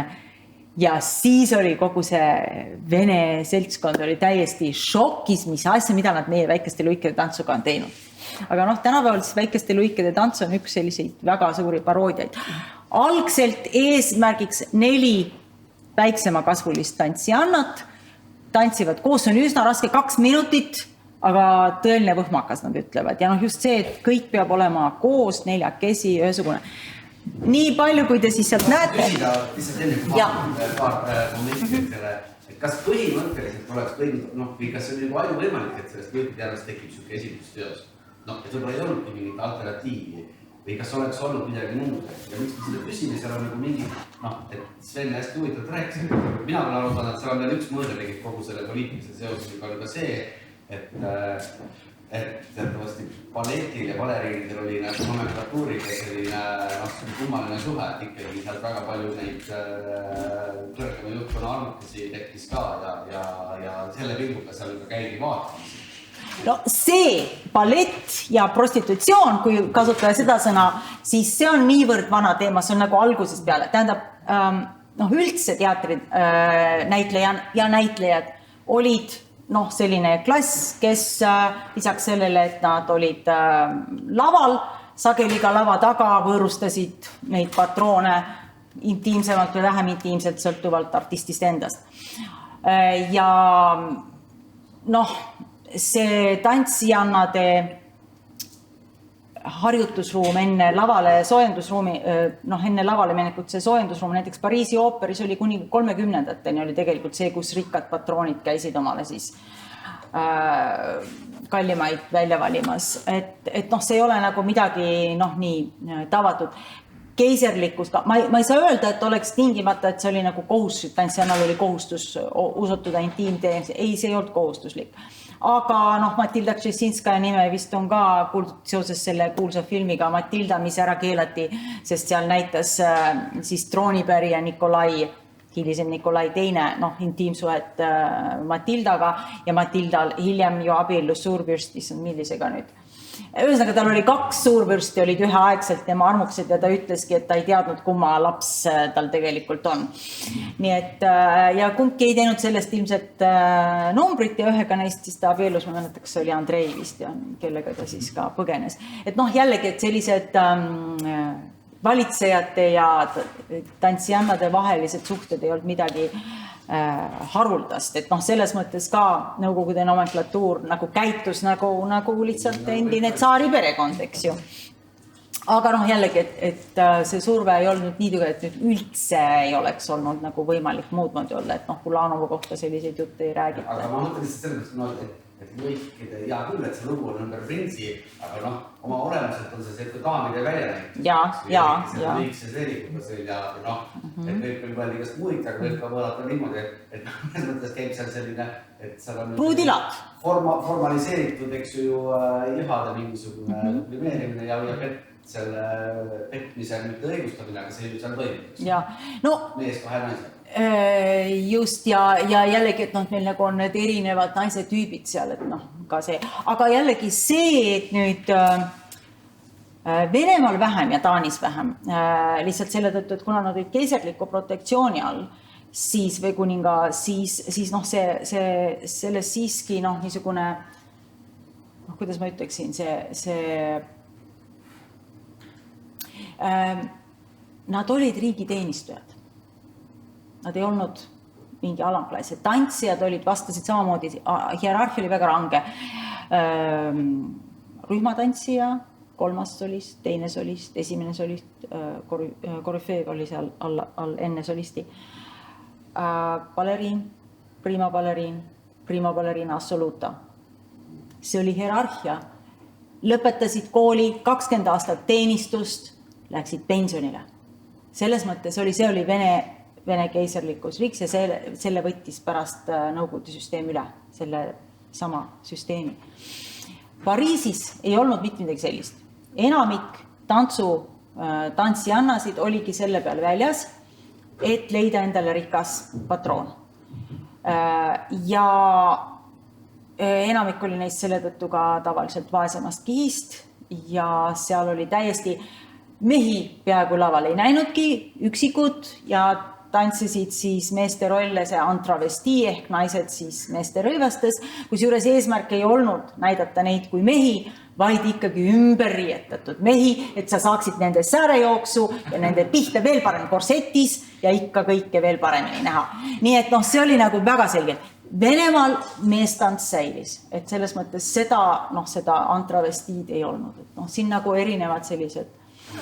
Aga jah, aga kui veel lõiked, ega seal ei olnud palju tõesti, kui ma mõtlen selle repertuaari peale, siis ega väga palju valikut ei olnud. Et ja see just, et Uinukaunitar siis oleks. Uinukaunitar. Uinukaunitar on ju nii, klassikaline, eks ole, liiga aristokraatlik, see oli ju tehtud ka tegelikult tagasivaatega Louis XIV õukonnale ja ta oli natuke liiga. Kuigi seda ka hakati kopeelia natukene, aga mitte väga. Et just, et ta on piisavalt abstraktne samal ajal, et teda saada on ikka nii apoliitiline saab ja samas on see hea kurja võitlus seal olemas. Aga lähme korra väikeste lõikede tantsu juurde. Kas sealt saab ka näidata? Et siis Sellest on, nagu ma ütlesin, loendamatult neid paroodiaid tehtud, aga ma võtsin selle Trocadero oma, et oleks meil nagu väikest huumorit ja siis teise koha peal. Trocadero on siis meeste trupp, kes on võtnud endale siis sellised naiste venepärased nimed, nagu tol ajal oli 20. sajandil oli kombeks siis alguses, et kõik kuulsad või tantsijad võtsid siis omale venepärased nimed ja siis nagu, et vene ballett. Ja nüüd siis jälle tuleb meil siis see sünkroon siin. Nii, 3, 2, 1, läks. Olbri lasi Särevil uue libretto kirjutada. Ja ma ei hakka nüüd seda, see on tegelikult see kava või see libretto on seal Olbri raamatus lisana olemas, et selle ma panin sinna, aga ta tõepoolest tegi siis selles mõttes natuke, ütleme, realistlikum muinasjutt ka, et tõepoolest ikkagi muudetakse, seal on siis prints armub talutüdrukusse ja tema siis minister või nõunik Rothbart ei taha sellest kuuldagi, ta tahaks oma tütre printsile sokutada ja siis ta muudab siis selle luige või selle tütarlapse talutüdruku siis luigeks ja siis prints kohtub seal tunneb selles luiges selle tütarlapse ära. Aga siis ikkagi lõpp on traagiline, et ühesõnaga seal siis. Ma näite põhjal ikkagi tahaks enne ma tahtsin küsida, mis see realism selles võtmes tähendab, kui luigeks muutmine on ikkagi nagu teemas? No selles mõttes, et on nagu hästi loogiline, et ta üritas tuua nagu loogiliselt, et sündmused, et ta võib küll olla muinasjutt, aga et need sündmused ei ole, on nagu põhjendatud ja nagu seal on selline arusaamine, et sa ei pea nagu seda kavalehte lugema selleks, et aru saada. Et selles mõttes on, et ka ikkagi muundamine on, muinasjutt võib ju olla, aga et sa saad aru, miks see toimub ja millised on kellegi tegelaste motiivid ja me muidugi ei räägi siin tavamõistes realismist ja me räägime muinasjuttu, aga selles mõttes psühholoogiline motiveeritus, et motiveerida, et need asjad ei kukuks nagu kuskilt taevast alla, et miks on kuri, eks ole, küsimus on ka kohe, et see juhub alati, et miks see kuri miks see Rothbard, miks ta üldse kurjaks muutus või mis on, et anda, on üritatud seda kuidagi selgitada või anda, need samad on ju ka nendes nii Matthew Burnis kui, et tegelikult see üleloomulik element ju on, see luik ei ole ju luik. Et kui me juba nüüd jõudsime Olbraini, nüüd korra võtaks tagasi, et eks ole, Olbraist hakkab nüüd peale see Eesti ajalugu, Eesti luikede ja järvede lugu. Et võib-olla veel see küsimus, eks ole, et miks siis ikkagi ta ikkagi veel sinna nõukogude mudelisse nagu sobis, et siin on üks aspekt, mida ei ole veel puudutanud, millest on kirjutanud pikema artikli Vanemuise kunagine tantsija Maria Koltsmann, eks ole, kellest siis ei tantsu teooriaga hakkas tegelema, eks ole. Et tähtis asi on nüüd see, et ta toob siis väga palju luikede järvel, ta toob siis väga palju, leiab sarnasust, eks ole, sellise asjaga nagu militaar, eks ole, sõjaväeparaadidega, mis ka kuuluvad, eks ole, on väga tähtsad niisugused riigi toimimist, eks ole, võimestavad, eks ole, kuni praeguse ajani, eks ole, vene kultuuris selline tohutu, eks ole, selline sümbol või embleem, et kui me nüüd võtame nendele luige stseenidele, eks ole, et me näeme seal täpselt seda sama, eks me näeme tohutud korrapära, me näeme, et kõik elemendid, eks ole, need on sarnased, eks ole, nad on võimalikult sarnaseks muudetud, seal ei ole väga, väga erilisi inimesi ja ei saagi, eks ole, väga sinna luikedeks võtta, eks ole, väga pikki, väga pakse nagu nii, eks ole, ei võeta, eks ole, balletti, aga väga kummalised, nad peavad olema standardsed, eks ole, kus juures ja kõik see toimub siis ka nagu väga kindlas rütmis, see toimub väga kindla kellegi juhtimisel, need inimesed on väga treenitud, eks ole, moodustuvad sellised kindlad mustrid ja eks ole, ka sõjaväeparaadid veel ka siis varasemal ajal, eks ole, veel Stalini ajal, kui meenutada, et nad ka olid väga teatraliseeritud, et seal väga palju kasutati atribuutikat, seal ju ka liigutati tanke ja mingeid rahutuvisid ja keegi sõitis mingisugustel alustel, eks ole. Et seal on nagu väga-väga selge selline sarnasus tekib. Ja võib-olla, kui ka siit nüüd mõelda edasi, eks ole, et kuidas nagu selle ideoloogia peal, eks ole, et kui ikkagi seda õnnelikku lõppu või kui ka see lõpp on traagiline, ta ikkagi ju, ta inimesi kuidagi, see kaunis muusika, see kaunis muinasjutt, ta kuidagi ühendab, eks ole, ta tekitab siis mingisuguse katarsisliku või puhastava, eks ole, efekti, et võiks siis hakata see vaataja lõpuks mõtlema, et ka mina näiteks olen võib-olla üks nendest luikedest sealt, kui ma olen teistega sarnane, kui ma ei kipu, eks ole, sealt rivist kuidagi välja ise midagi mõtlema või mingisugust initsiatiivi, kui ma sulandun selle massiga kokku, kui ma lähen sinna, teen seda, mida mulle on öeldud, siis lõpuks, et kuskilt selle alistumise ja selle kuulekuse võib-olla siis märgiks, võib-olla ma saan kuskil mingisuguse lunastuse, see lootab mingisugune õnnelik lõpp, eks ole, mis siis, eks ole, Stalini ajal oli väga selge siis kommunism, eks ole, kuhu me ju kohe pidime siis jõudma, eks ole. Või kui ka mina ise mitte, eks ole, siis minu lapsed, minu järgnevad põlved, eks ole, et seal on nagu justkui selle ohverduse, selle kuulekuse, selle distsiplineerituse taga on nagu antakse nagu mingisugune lubadus, võib-olla niimoodi võiks seda kuidagi analüüsida. Kui üldse rääkida, siis klassikaline ballett on sobinud väga autoritaarsetele režiimidele. Et kui me näiteks vaatame siin nüüd, sobib Hiinasse. Hiinas on, Pekingis minu teada on see balletiakadeemia, kes rääkis, et seal on 5 korrust. Kõik nad treenivad, praegu tulevad Aasiast hästi paljusid väga distsiplineeritud, väga sellised hea kooliga tantsijad, aga võib-olla ei ole neid kõige huvitavam vaadata. See on nagu teine küsimus, aga et hästi distsiplineeritud. Kuuba, nii kui toimus revolutsioon, Castro režiim, kohe riiklik balletikool. Hea näide. Ameerikas ei olnud, enne ka ei olnud. Ja Kuuba ballett ka tegelikult väga heal tehnilisel tasemel, millised nad, ja saanud nagu väga hea koolituse. Nõukogude Liit on ise hea näide. Ja kui me vaatame siis balletti ajalugu ju iseenesest, et kus ballett sünnib? Ta sünnib kuninglikus õukonnas ja ta on üks viis, kuidas õukondlasi nii-öelda distsiplineeriti. Et Louis XIV, kes rajas esimese tantsuakadeemia, kus õppisid balletiõpetajad ja seda suunasid, tants liikus, üldse ballett liikus siis gildidest välja, see oli täiesti, tekitas jällegi nagu šoki. Aga Louis ajal õukonna pallid olid, sa ei saanud sealt puududa, kui sa üldse tahtsid õukonnas osalda. Igale pallile pidid sa olema suuteline neid tantse, mis olid üsna koreograafiliselt keerulised. Õukondlased harjutasid 2-3 tundi päevas oma tantsusamme.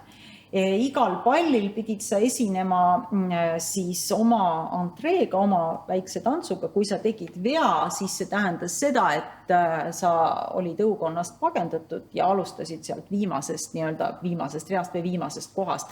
Esineti tavaliselt järjekorras ja et kuningas kõigepealt ja siis järjekorras. Nii et sa pidid jälle sealt viimasest kohast asutama ja siis ennast sinna ülespoole tantsima. Nii et see ballett on selles mõttes olnud nagu mingisugune keha ja selle kaudu ka vaimu distsiplineerimise vahend. Et väga distsiplineeritud ja väga autoritaarne. Õpetamine käib ülevalt alla mingisugust õpilaste niisugust oma loomingut eriti ei soosita. Ikka on kindel viis, kuidas asju teha. Viimastel, ütleme siin aastakümnetel on tulnud selline anatoomilisem, kinesioloogilisem lähenemine, kus me saame aru, et kehad on erinevad ja me arvestame sellega, kui üldiselt enne seda oli ikka nii, et kõik püüame teha ühtemoodi. Ja 19. sajandil muidugi olite, ma ei tea, te olete kindlasti, et on teada, et Schumann harjutas oma käe üle sellega, et ta venitas, olid venitus, niisugused masinad, et siis sa venitad, et need läheks. Ja samamoodi olid tantsijatel, et nad panid oma jalad sinna ja siis venitasid. Palju need ennast sellega ära lõhkusid, seda me ei tea, aga tõenäoliselt lõhkusid. Ja üks oluline asi veel, jah, küsi. Ma küsida selle kohta, et kehad on muutunud, mina olen ka 80 pikkunud, tahaks mõelda selle kohta, et mis see standard luige suurus on, et jah, meil väiksemad teevad seda väikesed luigekesti tantsu, aga kas ma vaatan, kas nüüd videos on nagu näha, et kui tuleb see 40-50, ma ei tea, palju neid seal on, et nad kõik nagu näevad just nagu ühesugused välja, see on ka taotlus, aga et mis see on, nagu väike 65 kuni väike 70, või noortel leidudel on see, et tuleb see kubeka iga peale ja siis, et sa oled väga annekas, aga uks on seal. Ma küsin teise küsimuse, see on sama, et kas see arv, lihtsalt, mis on see standard on ju, aga et kas see on kasvanud või võrreldes selle, kui see välja tuli? Ei, kindlasti on pikemaks läinud. Hästi palju sõltub, tähendab, meeter 80 on juba risk, miks, sest Varvas King annab sulle veel 10 senti juurde ju. Ja kus sa leiad omale partneri? Et meil näiteks praegu on Anna Roberta on küllalt pikk tantsija tegelikult, ja tal on tõesti raske nagu selles mõttes partnerit leida, et ta ei oleks peaaegu pikem. Kuid tähtsam isegi, kui see sentimeeter on tegelikult proportsioon. Ja proportsioon eeldab seda, et see pea on suhteliselt väike ja see kere on suhteliselt väike ja jäsemed on pikad. Eriti see 60-ndatest. Enne seda olid nii, aga kui sul on lühiksed jalad, siis unusta ära. Unusta ära. Kui sul on suurem rinnapartii, unusta ära. Lihtsalt, sa võid küll trupis olla, aga teatud asju sa lihtsalt ei tantsi. Et jällegi see sõltub loomulikult trupist. Ma olen siin ka Sveniga enne rääkisime siin, aga näiteks, et San Franciscos on nagu 3 professionaalset balletitruppi. Üks on San Francisco ballett, mis on, ütleme, üks maailma parimaid. Ma arvan, et Ameerikas on ta võrdne seal 3 parima hulgas. Ja need tantsijad on kõik õigete balleti proportsioonidega. Mõned on lühemad, mõned on natuke nii, aga see variatsioon on väga väike. Kõik on õigete proportsioonidega. Alonzo Kingi ballett, Lines Ballet, on eelkõige afroameeriklastele, nii et kuigi seal värvigamma võib varieeruda väga eeldavalt, aga et teisi seal ei ole, proportsioonid võivad olla erinevad, aga põhimõtteliselt see on neile. 3. on Michael Smuini oma ja seal näeb väga erinevaid proportsioonid. Kõik on suurepärased tantsijad, ühtegi tehnilist etteheidet neil ei ole, aga ma saan aru, miks nad on seal ja mitte näiteks San Francisco balletis ja see on see, et mõnel on proportsioonid erinevad. Veelgi enam, ka Estonias ma näen, selge, sa oled siia jõudnud sellepärast, et mõnda paremasse sind ei võetaks, proportsioonid on, eriti kehtib see naiste puhul. Vanemuses veel enam vaatad, selge, jalad ei ole piisavalt pikad või pea on natuke suur või ei ole see näo proportsioon täpselt see ja selge, miks sa oled siin ja mitte näiteks kusagil mujal. Et lihtsalt need on niisugused asjad. Mis näo proportsioon nagu siia tehnikasse? Kui pea on näiteks, ei tehnika ei ole, aga lihtsalt see ei ole see ilumall. Ta lihtsalt ei ole, tähendab jällegi naiste puhul eriti loeb see ilu.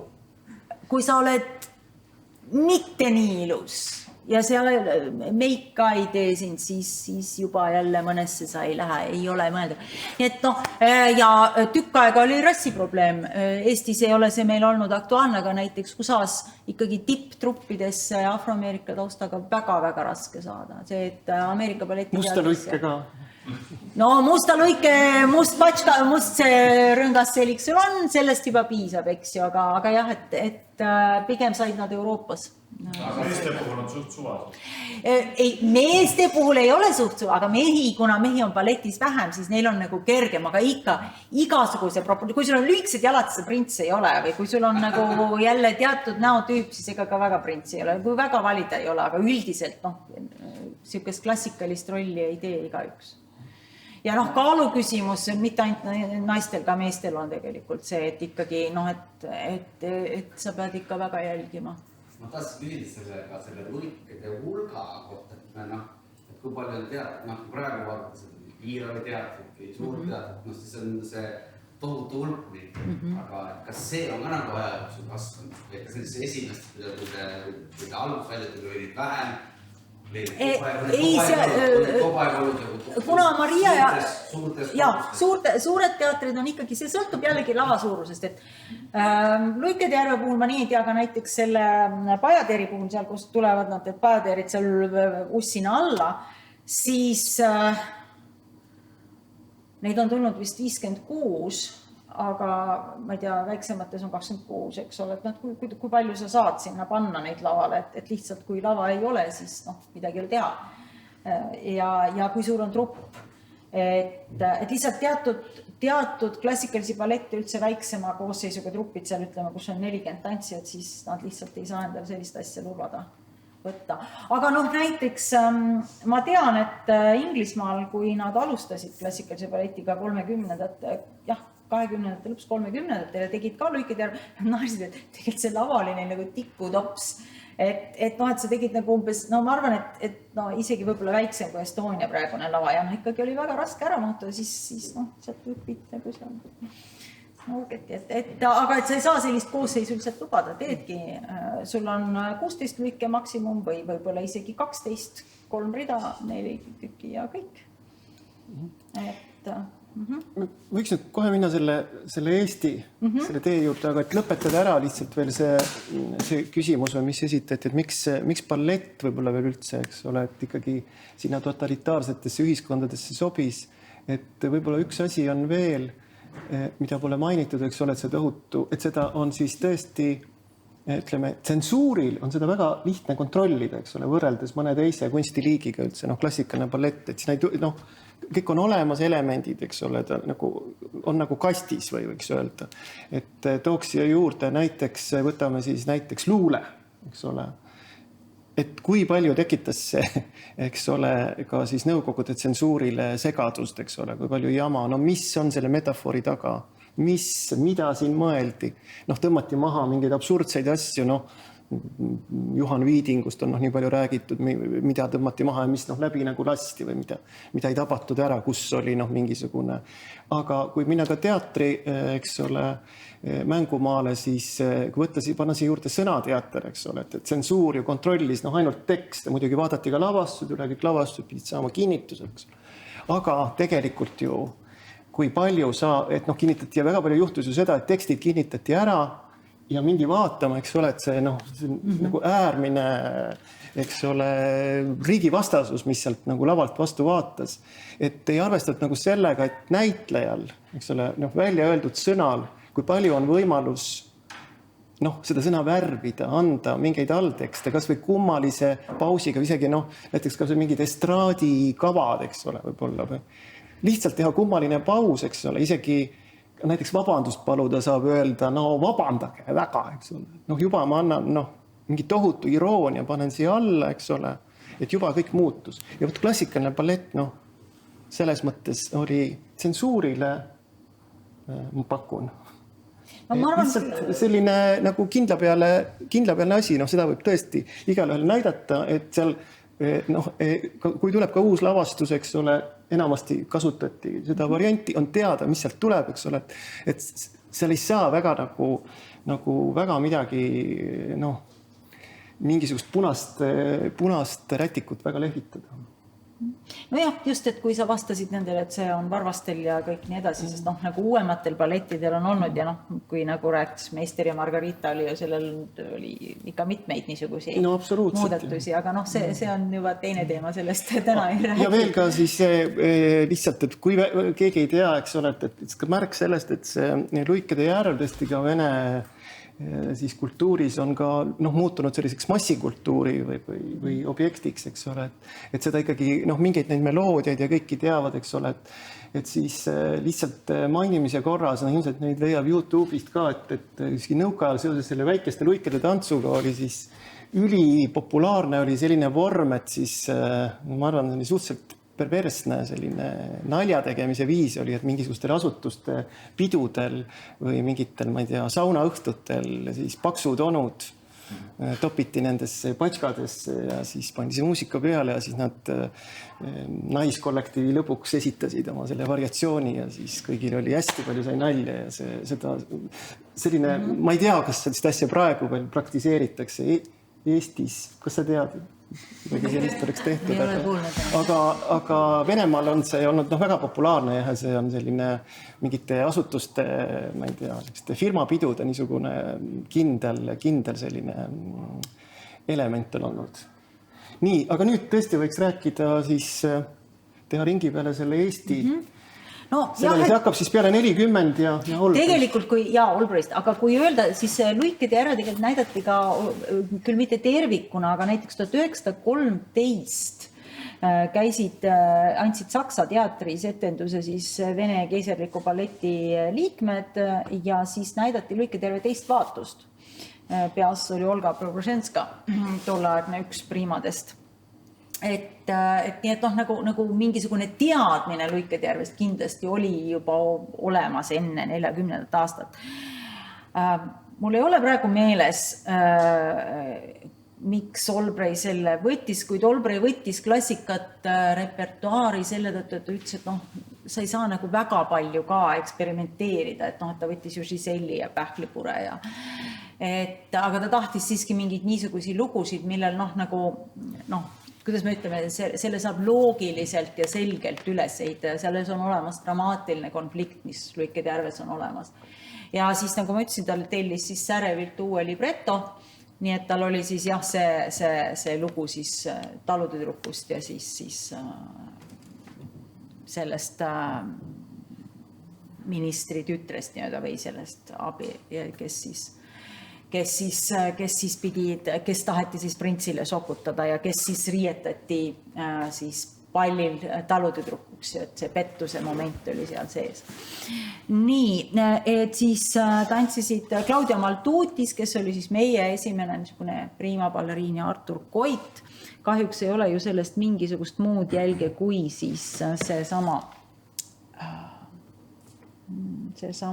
ainult fotod. Siin on siis stseen, nii palju kui te sealt kuskilt näete, aga siin põhimõtteliselt on siis siin avastatakse siis, et see ei ole siis see talutüdruk. Siin on selline lossi. Ja Olbrei lahendas siis selle niimoodi, et luigevaatused olid siis tõepoolest Varvastel, nagu klassikalises tehnikas, kuid ta lõi oma koreograafia.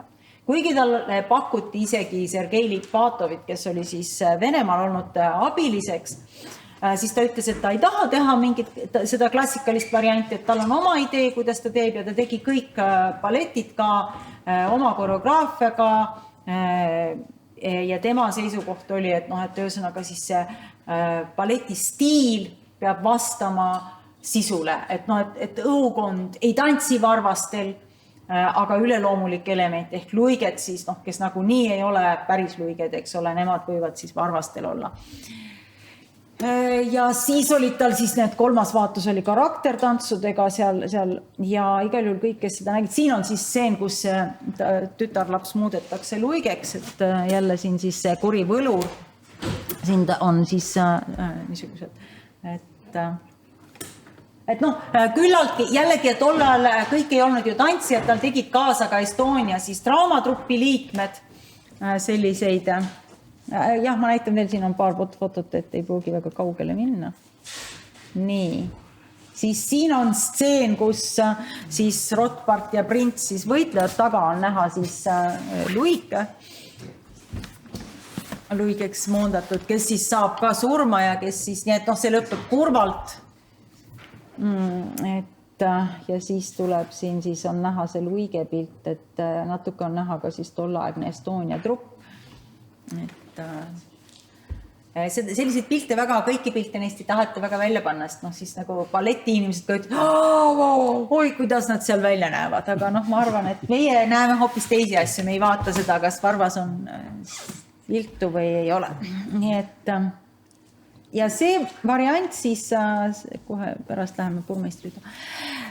Albrey variant, Albrey põgenes 44. aastal Rootsi koos oma abikaasa Hanna Kompusega ja Rootsis välja tulnud dokumentide põhjal on selge, et tähendab Kompuse sugulased olid juba oli maha lastud 41. aastal. Nii et nad teadsid, et nad ei saa jääda kindlasti, kui venelased tulid, nii et septembris nad põgenesid. Muidugi lootusega võimalikult ruttu tagasi tulla, aga ei, edasi läksid nad Kanadasse ja Albrey koreograafi teekond sellega katkeb 46 aastaselt ehk teisiti minust parimas loomeeas tegelikult. Aga tema Luikede järve see aluspõhi oli 48. aasta Anna Ekstoni lavastuse aluseks, vähemalt tantsijad, kellega ma rääkisin, kes Johannes Viirg ja Garibaldi Kivisalu ja hiljem ka Ago Herkül, kõik nad kinnitasid, et tegelikult Ekstoni lavastus oli põhiliselt Albrey lavastus, aga noh, Ekstoni nime all siis. Et Ekston ise ei teinud seal, kasutas sama libretot ja et seal ei olnud, võib-olla ta oli teinud ainult neid klassikalisi vaatusi klassikalisemaks ja puhtamaks, aga et sama. Aga nüüd siis uus lavastus oli 53. aastal ja selle tõi siis Moskva koreograaf Vladimir Burmeister ja Burmeister oli ka selles mõttes, nagu nad ütlesid, Albrey stiili mees, ehk tema ka otsis sellist loogilist, psühholoogilist põhjendatust, kõik pidi olema arusaadav ja nüüd see Luikede järv sai selles mõttes nagu esiteks oli selline suurem jällegi ettevõtmine, aga üks, mitte ainus, aga see Luik, kes siis, kelle Burmeister välja valis, oli just äsja küll Leningradis, aga lõpetanud, aga siis Tallinnas alustanud oma balletiteekonda Helmi Puur ja no see sai siis selliseks legendiks, et kõik, kes olid Puuri näinud, ütlesid, et noh, teist luike lihtsalt ei ole olemas. No, see oli nagu luige etalon. Nii, see lõik, ma otsisin sellega, leidsin, on olemas temast 2 videolõiku. Üks on filmist Siia saabub õhtu vist, seal on läbilõige erinevatest Estonia asjadest ja ka siis seesama, mida siin on, ei pea kõike vaatama, aga vaatame vähemalt algust, kus Helmi Puur koos Werner Hagusega tantsib siis seda kuulsat adagiot ja nüüd Burmeister ka ei kasutanud tegelikult väga palju seda Ivanovi Petipa materjali, vaid tegi ise. See, mis ta Estonias tegi. Moskvas ta oli klassikalisem. Ja teine lõik on 4. vaatust, mida ma siia ei pannud, aga noh, RR arhiivist leiab, mis on kunagisest ringvaatest, et Artur Koiduga on ta seal. Aga ma võtan selle siis välja, proovime jälle seda sünkroniseeringut teha. ja ei ole teda muidugi näinud laval, aga seda nime vist praegu väga ei teata enam, et vist ei ole vale öelda, eks ole, et ma arvan, et see Helmi Puur nüüd oli tõesti et tema vist ikkagi Eesti inimese jaoks avas ikkagi väga paljude jaoks selle balleti, et ta oli esimene, keda ikkagi terve Eesti teadis sel hetkel 54, eks ole, kui ta tuli. Et minul on jäänud aastateks meelde selline fakt, et ütleme, minu lapsepõlves oli, eks ole, suveteatreid, aga siis Tartusse tuli mängima Eesti Draamateater alati augustikuus ja siis olid tohutud sabad, öösel mindi järjekorda, tundide kaupa seisti. Ja ükskord me seisin ka seal suure maja kassas, eks ole, seisti seal kuni vist kontserdimaja treppideni. Oli tundide kaupa seismine ja seal oli üks vanaproua ja kuidagi tuli jutuks, et kas see on läbi aegade kõige pikem nagu teatripileti järjekord olnud Tartus. Ja üks vanaproua ütles, ei ole. Teate, mina mäletan, kui Helmi Puur tuli Tartusse, siis oli muidugi väike maja. Et siis oli saba, ma arvan, ta muidugi liialdas, ta ütles, et siis oli piletisaba oli väikesest majast suure majani. Ma arvan, ta midagi pani juurde, eks ole. Aga selles mõttes nagu huvitav, et see ei mulle meelde, mõtlen, et see on läbi aegade ilmselt olnud, ma arvan, see Tartu, kõige pikem, eks ole, teatripiletisaba. Et huvitav just, et ballett, mis alati kuidagi Eesti inimesel on ju mingi võõrastus olnud, meile Eesti kultuuris tal ei ole olnud absoluutselt sellist tähendust nagu vene või prantsuse kultuuris, et mingisugune imelik, niisugune võõristus, et nüüd äkki avas, nüüd olid äkki ükskõik kui lihtsad või kui teatrikauged inimesed tahtsid näha Helmi Puuri ära oma silmaga, eks ole, et oli tõeline legend ja muidugi tema taust siis, et ta oli, võib öelda ka selline, natuke niisugune sotsialistlik muinasjutt oli tema selline tähelend, eks ole, et ta oli väga lihtsast perest pärit, eks ole, nagu väga, tema nüüd väga sobis sellesse, ütleme sellisesse skeemi, et kõik oli nagu korras töölisperekond ja õppinud Venemaal, eks ole, õppinud Leningradis ja kui ta tuli, eks ole, olid enne kaanud Luikede järved, eks ole edasi, aga äkki nagu kõik inimesed said aru, et see on nüüd midagi erilist, see on nüüd midagi, mida pole varem olnud. Ja muidugi siis veel taust, eks ole, et tema see tantsija karjäär ei kujunenud väga pikaks, et see oli väga heitlik, tal oli siis mitu sellist traumat ja ta tuli siis mitu korda nagu tagasi, ta tuli jälle nagu pausidega tagasi, jälle see oli nagu tohutu suur sündmus ja siis näiteks meenutatakse vist Romeo ja Julia ja oli mingi pärast pikemat pausi, et ta tuli Julia rollis, et mida nagu tollal ei olnud üldse Eestis kombeks, et püsti tõusmised või mingisugused vaheaplausid, et kui ta tuli siis lavale Juliana pärast seda pausi, et rahvas täiesti spontaanselt tõusid püsti, tegid tohutu aplausi. Jah, sellest on ka õnneks see ringvaade olemas, nii et mingisugune jupp. Et ta on tõesti niivõrd eriline. Teda on võrreldud ka Kalina Olanov, aga et Eestis ei ole talle kedagi kõrvale panna, et balleti žanris keegi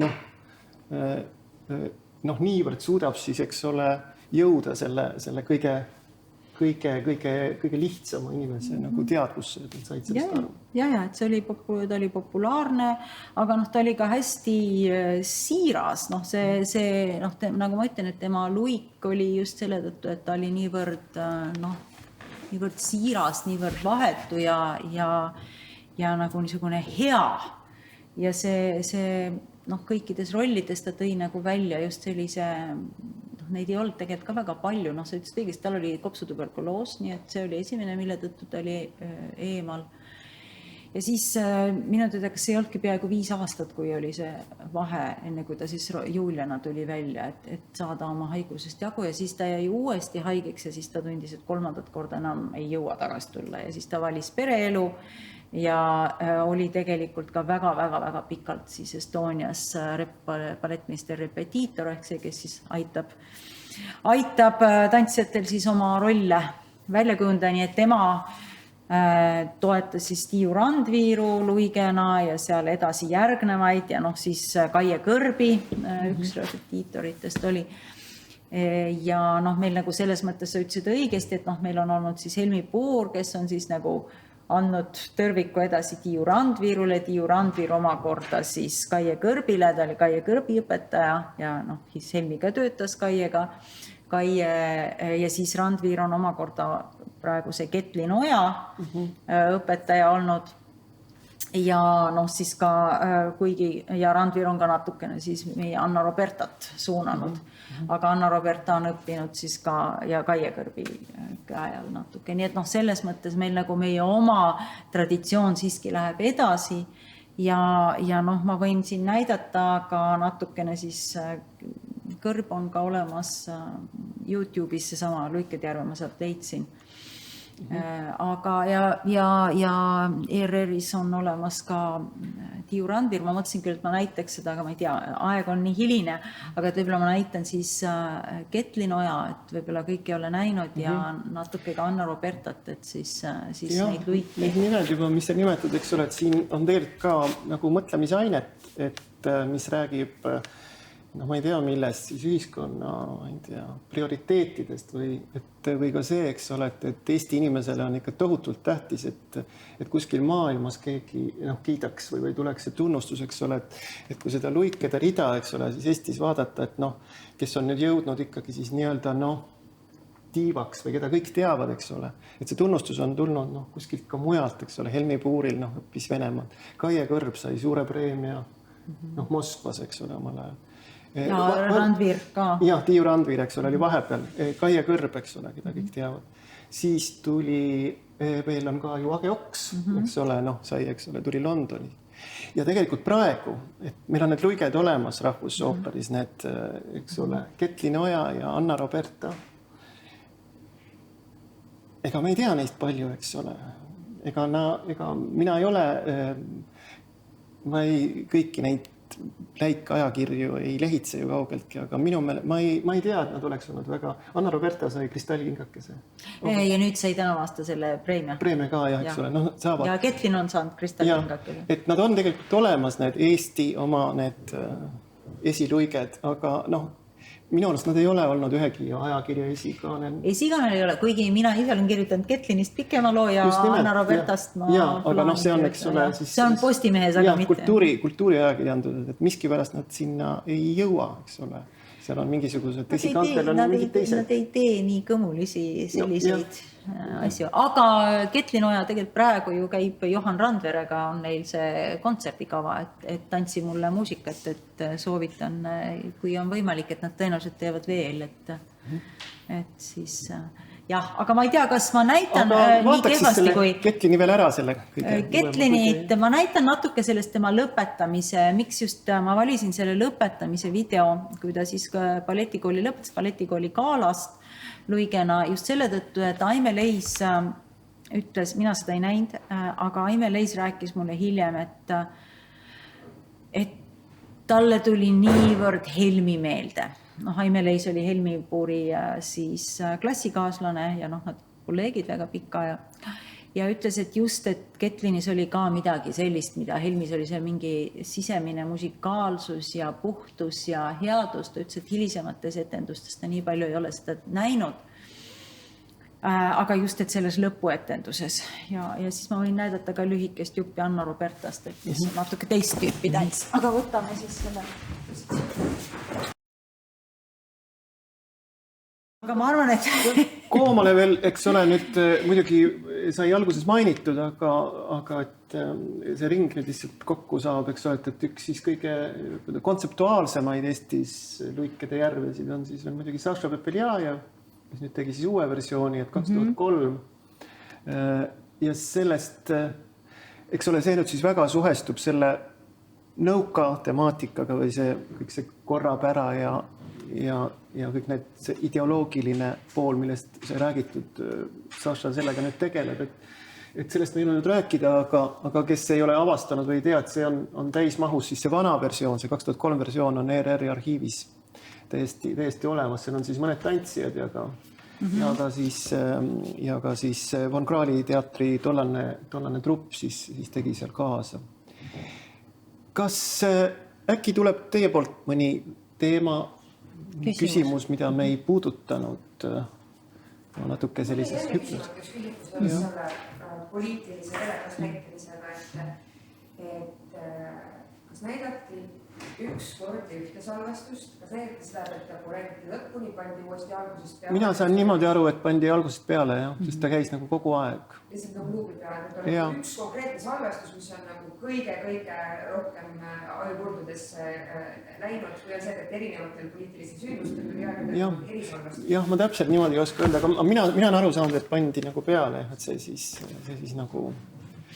nagu kogu aeg käis. Aga mis veel sellega siis tuleb meelde, et tõesti, et kõik siis need NLKP keskkomitee sekretärid, kõik nad on öelnud, vähemalt tunnistanud, et see oli nende lemmikballett, et see meeldis tõesti Hruštšovile, Stalinile, Brežnevile ja nii edasi, aga see muuseas on ka tunnistanud, et tema lemmikballetina on selle tunnistanud ka Vladimir Putin. Ainuke siis Nõukogude riigi juhtidest, kes seda ei sallinud, oli Lenin. Ja Lenin üldse vihkas klassikalist muusikat, et tal oli ainult see Kuupaiste sonaat, mida kohe korrutakse, et võt jälle ta kuulas seda Beethovenit, et võt see talle meeldis. Ja leidsin ka mingisuguse lause, võib-olla ka muidugi anekdoot, mis on kuskil öeldud, et Lenin on kuskile, siis muidugi seda nõukaajal see on muidugi hilisemast mingisugusest pärimusest öelnud, et ta ütles üldse klassikaline muusika, mulle ei meeldi klassikaline muusika.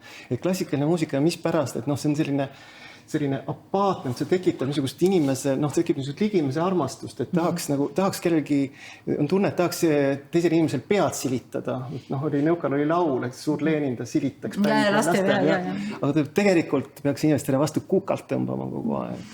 Et see klassikaline muusika nagu... Ei võimalda seda. Ja, selline üks paljudest legendidest, mis siia siis nagu puutub. Aga tõesti neid hullumeelseid... Beljajev ju tõi ju selle, nagu temal tulidki need 3 tünnis, siis need et nagu need Lenin siis Marx ja Engels vist olid tal seal siiski nagu, mina ei tea, nagu 3 paar niisugust ja siis seal ka Saša Beljajev lasi vahepeal siis neid traktoreid ja vahepeal siis neid luiki, et nagu tuua see mingisugune niisugune mehaanilisus. Aga huvitav on see, et kuigi ta võttis, ma ei tea, kas ta ise valis selle salvestise või mis oli, aga seal oli tegelikult Pariisi ooperi Luikede järg, küll Burmeistri lavastus, aga Pariisi ooperi Luikede järg, mitte Vene oma, nii et ja siis oli seal surevast luigest ka lõik, et ta nagu ei pannud mitte ainult Luikede järg, et lihtsalt luiged. See on siis Fokini koreograaf. Jah, et nagu... et jälle massiteadvused segab väga ära, eks ole, surev luik, eks ole, mis on hoopis Saint-Saëns, eks ole. Et kuidagi väga sageli arvatakse, et see on ka Luikede järvest või need asjad nagu pannakse kokku. Aga veel nendest omapärasematest versioonidest, kahjuks ma ei mäleta selle trupi nime, aga ma ise olen ka näinud ühte väga radikaalset Luikede järve kunagi Stockholmi Dansenhusetis oli siis selline hip-hop Luikede järv, kus siis see konflikt oli siis nagu selles, et see luik oli sattunud siis just nimelt bordelli tööle ja siis nii-öelda siis see prints või see kutt siis kuidagi nagu päästis ta sealt ära oli see mida? Ja, põhimõtteliselt, jah. Et selles mõttes ta ikkagi võimaldab ju väga palju siiski fantaasialoona, võimaldab fantaasia. Ma vaatasin ka, et Luikede väga erinevaid variante. Mõned on õnnestunud ja mõned ei ole õnnestunud, aga et kaasajastatud ja tehtud see psühhoanalüüsi ja igasuguseid selliseid erinevaid variante, nii et Jah, see oleks muidugi ütleme siis spetsialistile oleks ka muidugi tohutu teema siis naisvaatepunkt loomulikult, eks ole, et kui niimoodi juba pealiskaudselt ütle siis et ega naine on siin ikkagi nagu üli selles mõttes nüüd siis objektistatud või eks ole. Hästi stereotüpiseeritud seal. Et ta on see alluv, eks ole, ta on see alistu pool ja tegelikult ka see must luik. Et tegelikult ta ju ka just kui tegutseb siis ikkagi nagu oma isa käsu, eks ole. Eks ole, kas tema üldse sellest printsist on huvitatud, tema on ikkagi nagu see vahend siin. Jah, talle on antud ülesanne. Väga kaugele võib jõuda ta edasi nagu eritlema seda teema. Aga see Ivanovi Petipa, see klassikaline koreograafia, et kui muutumatu on see siis püsi, kas seda kasutatakse võimalikult niimoodi algupärasena või siis võetakse sealt mingisuguseid motiive? No ma ütleksin nii, et ikkagi väga palju, just eriti see esimene luigevaatus, et see on suhteliselt, seal on väga väikseid muudatusi, aga et üldiselt on ta ikkagi üldjoontes nagu samasugune, et siis on kolmandas vaates seal Petipa variandis, sealt on mitmed asjad, mis on nagu suhteliselt muutamatud selles musta lõige ja printsi paadetöös, et mõned asjad on, mõned variatsioonid on muutunud, aga et jällegi see adagio nagu on väga suures joones samasugune.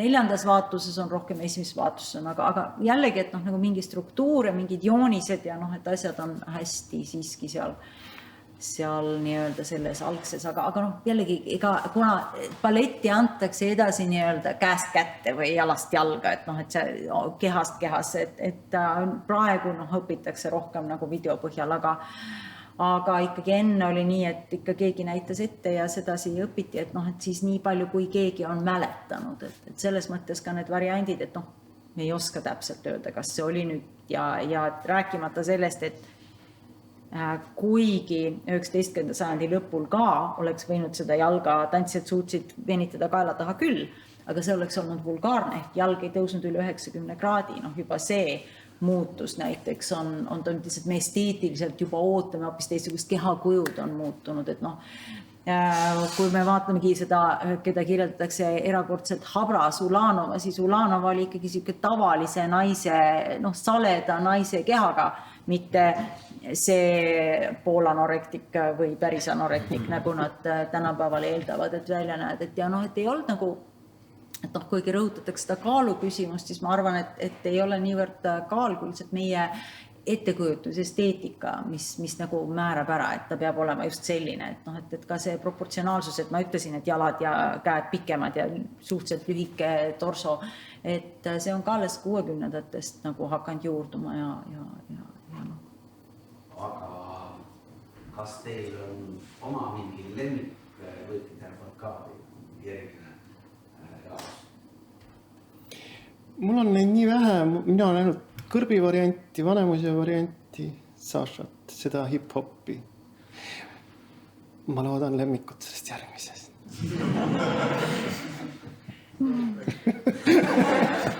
Ma ei oska seda öelda, sest igal ühel on et ma nagu variandina ei olegi sellist, mis ma ütleksin, et lavastuslikult mulle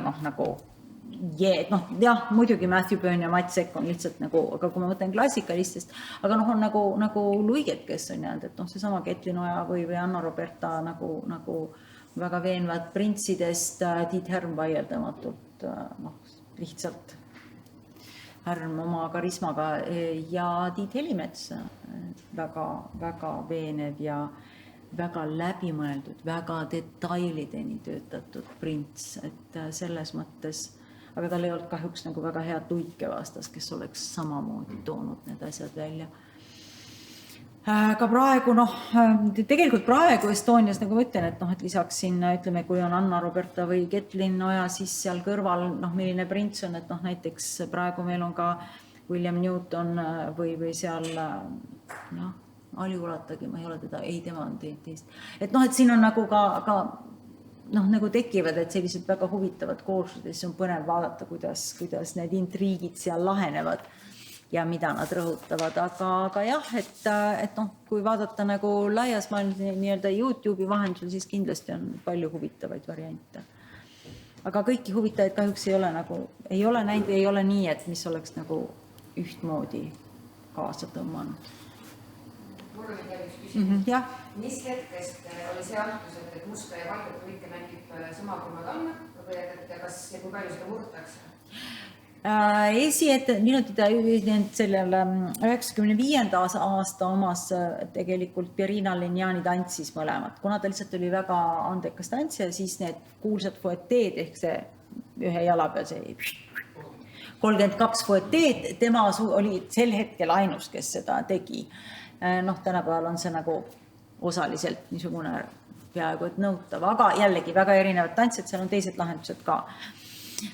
Kuid on olnud ka 2 tantsijat, et see ei ole nagu midagi haruldast, aga noh, et nagu järjest rohkem on see, et see üks tantsija siis toob nagu need erinevad, annab võimalusi, aga noh, ütlen, Albrei variandis oli 2 ja seal on kindlasti neid olnud teisigi, kus on olnud 2 osatäitjat, et seal on olnud kas siis see, et ei ole olnud piisavalt noh, võimekad tantsijad, kes mõlemad või lihtsalt kontseptuaalselt ei ole nii peetud vajalikuks, et oleks üks, et mõlemad variandid on üsna levinud.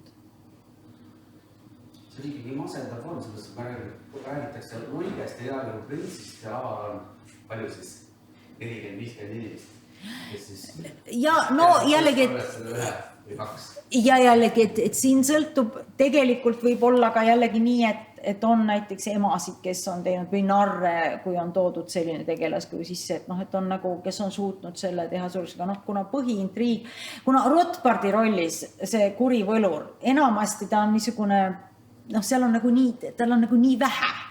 Tal ei ole nagu palju antud nii-öelda rolli, jällegi, et ta on lihtsalt paha mees, mingisugune ja ongi kõik või mingisugune, ei ole seal koreograafiliselt väga midagi.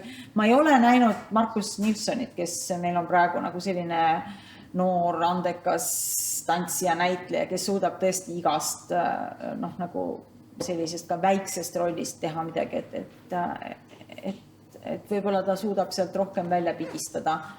Aga noh, lihtsalt selle tõttu on kahjuks nii, et on prints ja luik, kes on nagu põhiline. Aga kui sa räägid nagu õiglusest või et tegelikult ju peaks ka mainima, eks ole, et nagu paljudes muusikateatrites, eks ole, ka siis rahvusooperis on olnud kogu aeg need mitmed koosseisud. Et tegelikult seda luik, no me räägime siin nendest kuulsamatest, eks ole, Randviirust, Kõrbist ja Helmi Puurist, eks ole, aga neid on olnud kokku, no mis sa arvan, ma arvan 30-40 võib-olla. Kõik koosseisud algusest peale kokku. Võib-olla 34. Võib ikka olla. Seal on olnud mingid 4-5, noh, eks ma vaatasin 81 või noh, kui Kaia Kõrb tuli välja, et ta oli 1-5. Ja tuleb ju hiljem ja praegu näiteks on ju ka, Ketlin ei tulnud ja oli Alena Škotula ja siis oli üks väga lühikest aega tantsinud, et noh, eriti praegu, kus nagu paljud trupid nagu muutuvad, meil ka hetkel on Anna-Roberta, Ketlin, Ami Morita ja ma ei tea, kas veel keegi on teinud. Kes teevad luike? Jah, ma mõtlen, hetkel on 3 vist. Aga noh, selles samas lavastuses, Eduri lavastuses ju tegi üks Ukraina, see Alena Škatula ja temaga koos tuli välja. Olga, kas ta oli Olga Oksana, mingi Olesja või mingi siukene? Ei. Rjabikova on tegi enne. Varem, selles Härmi versioon. Et nad tegelikult võib-olla tegid palju rohkem näiteks, kui võib-olla see Inga Arro, Olga Tšitšerova sealt, keda ma olen näinud, kellest me nii palju ei räägi. Jah, kellest me ei räägi, aga et nad on ka selle tegelikult teinud, aga et ajalukku jäävad ikkagi päris vähesed. Et julm on see teatrivärk. Jah, no nagu ma ütlen. Kui üritus hakkab nagu kokku, et ma leidsin ühe anekdoodi ka, mis ei ole väga vaimukas, aga leidsin vene anekdoodi. Et inimesed saaks rõõmsa tujuga ära minna, et mis ikkagi räägin ära. Kuidas? Nagu Stalin tahtis. Just nimelt, jah, nagu Stalin tahtis. Et anekdoot, et Moskva suures teatris, et väikeste luikede tantsu 1/4 luigest aevastas. Ja teatri kunstiline juht kartis, et hakkab levima linnugripp ja käskis kogu trupi maha lasta. No võt, ja siin on meil siis ka selline pilt, et siis see Benno ja siis küsid, et sa võid olla Benno, et selleks, et siis saaksid minuga koos tantsida, siis Luik ütleb. Ja siis hilisemas variandis on, ei, Benno on juba välja redigeeritud, et sa enam ei saagi lavale. Vot nii. Aitäh, et tulite ja grupile jõudu esietenduseks ja proovideks. Ja.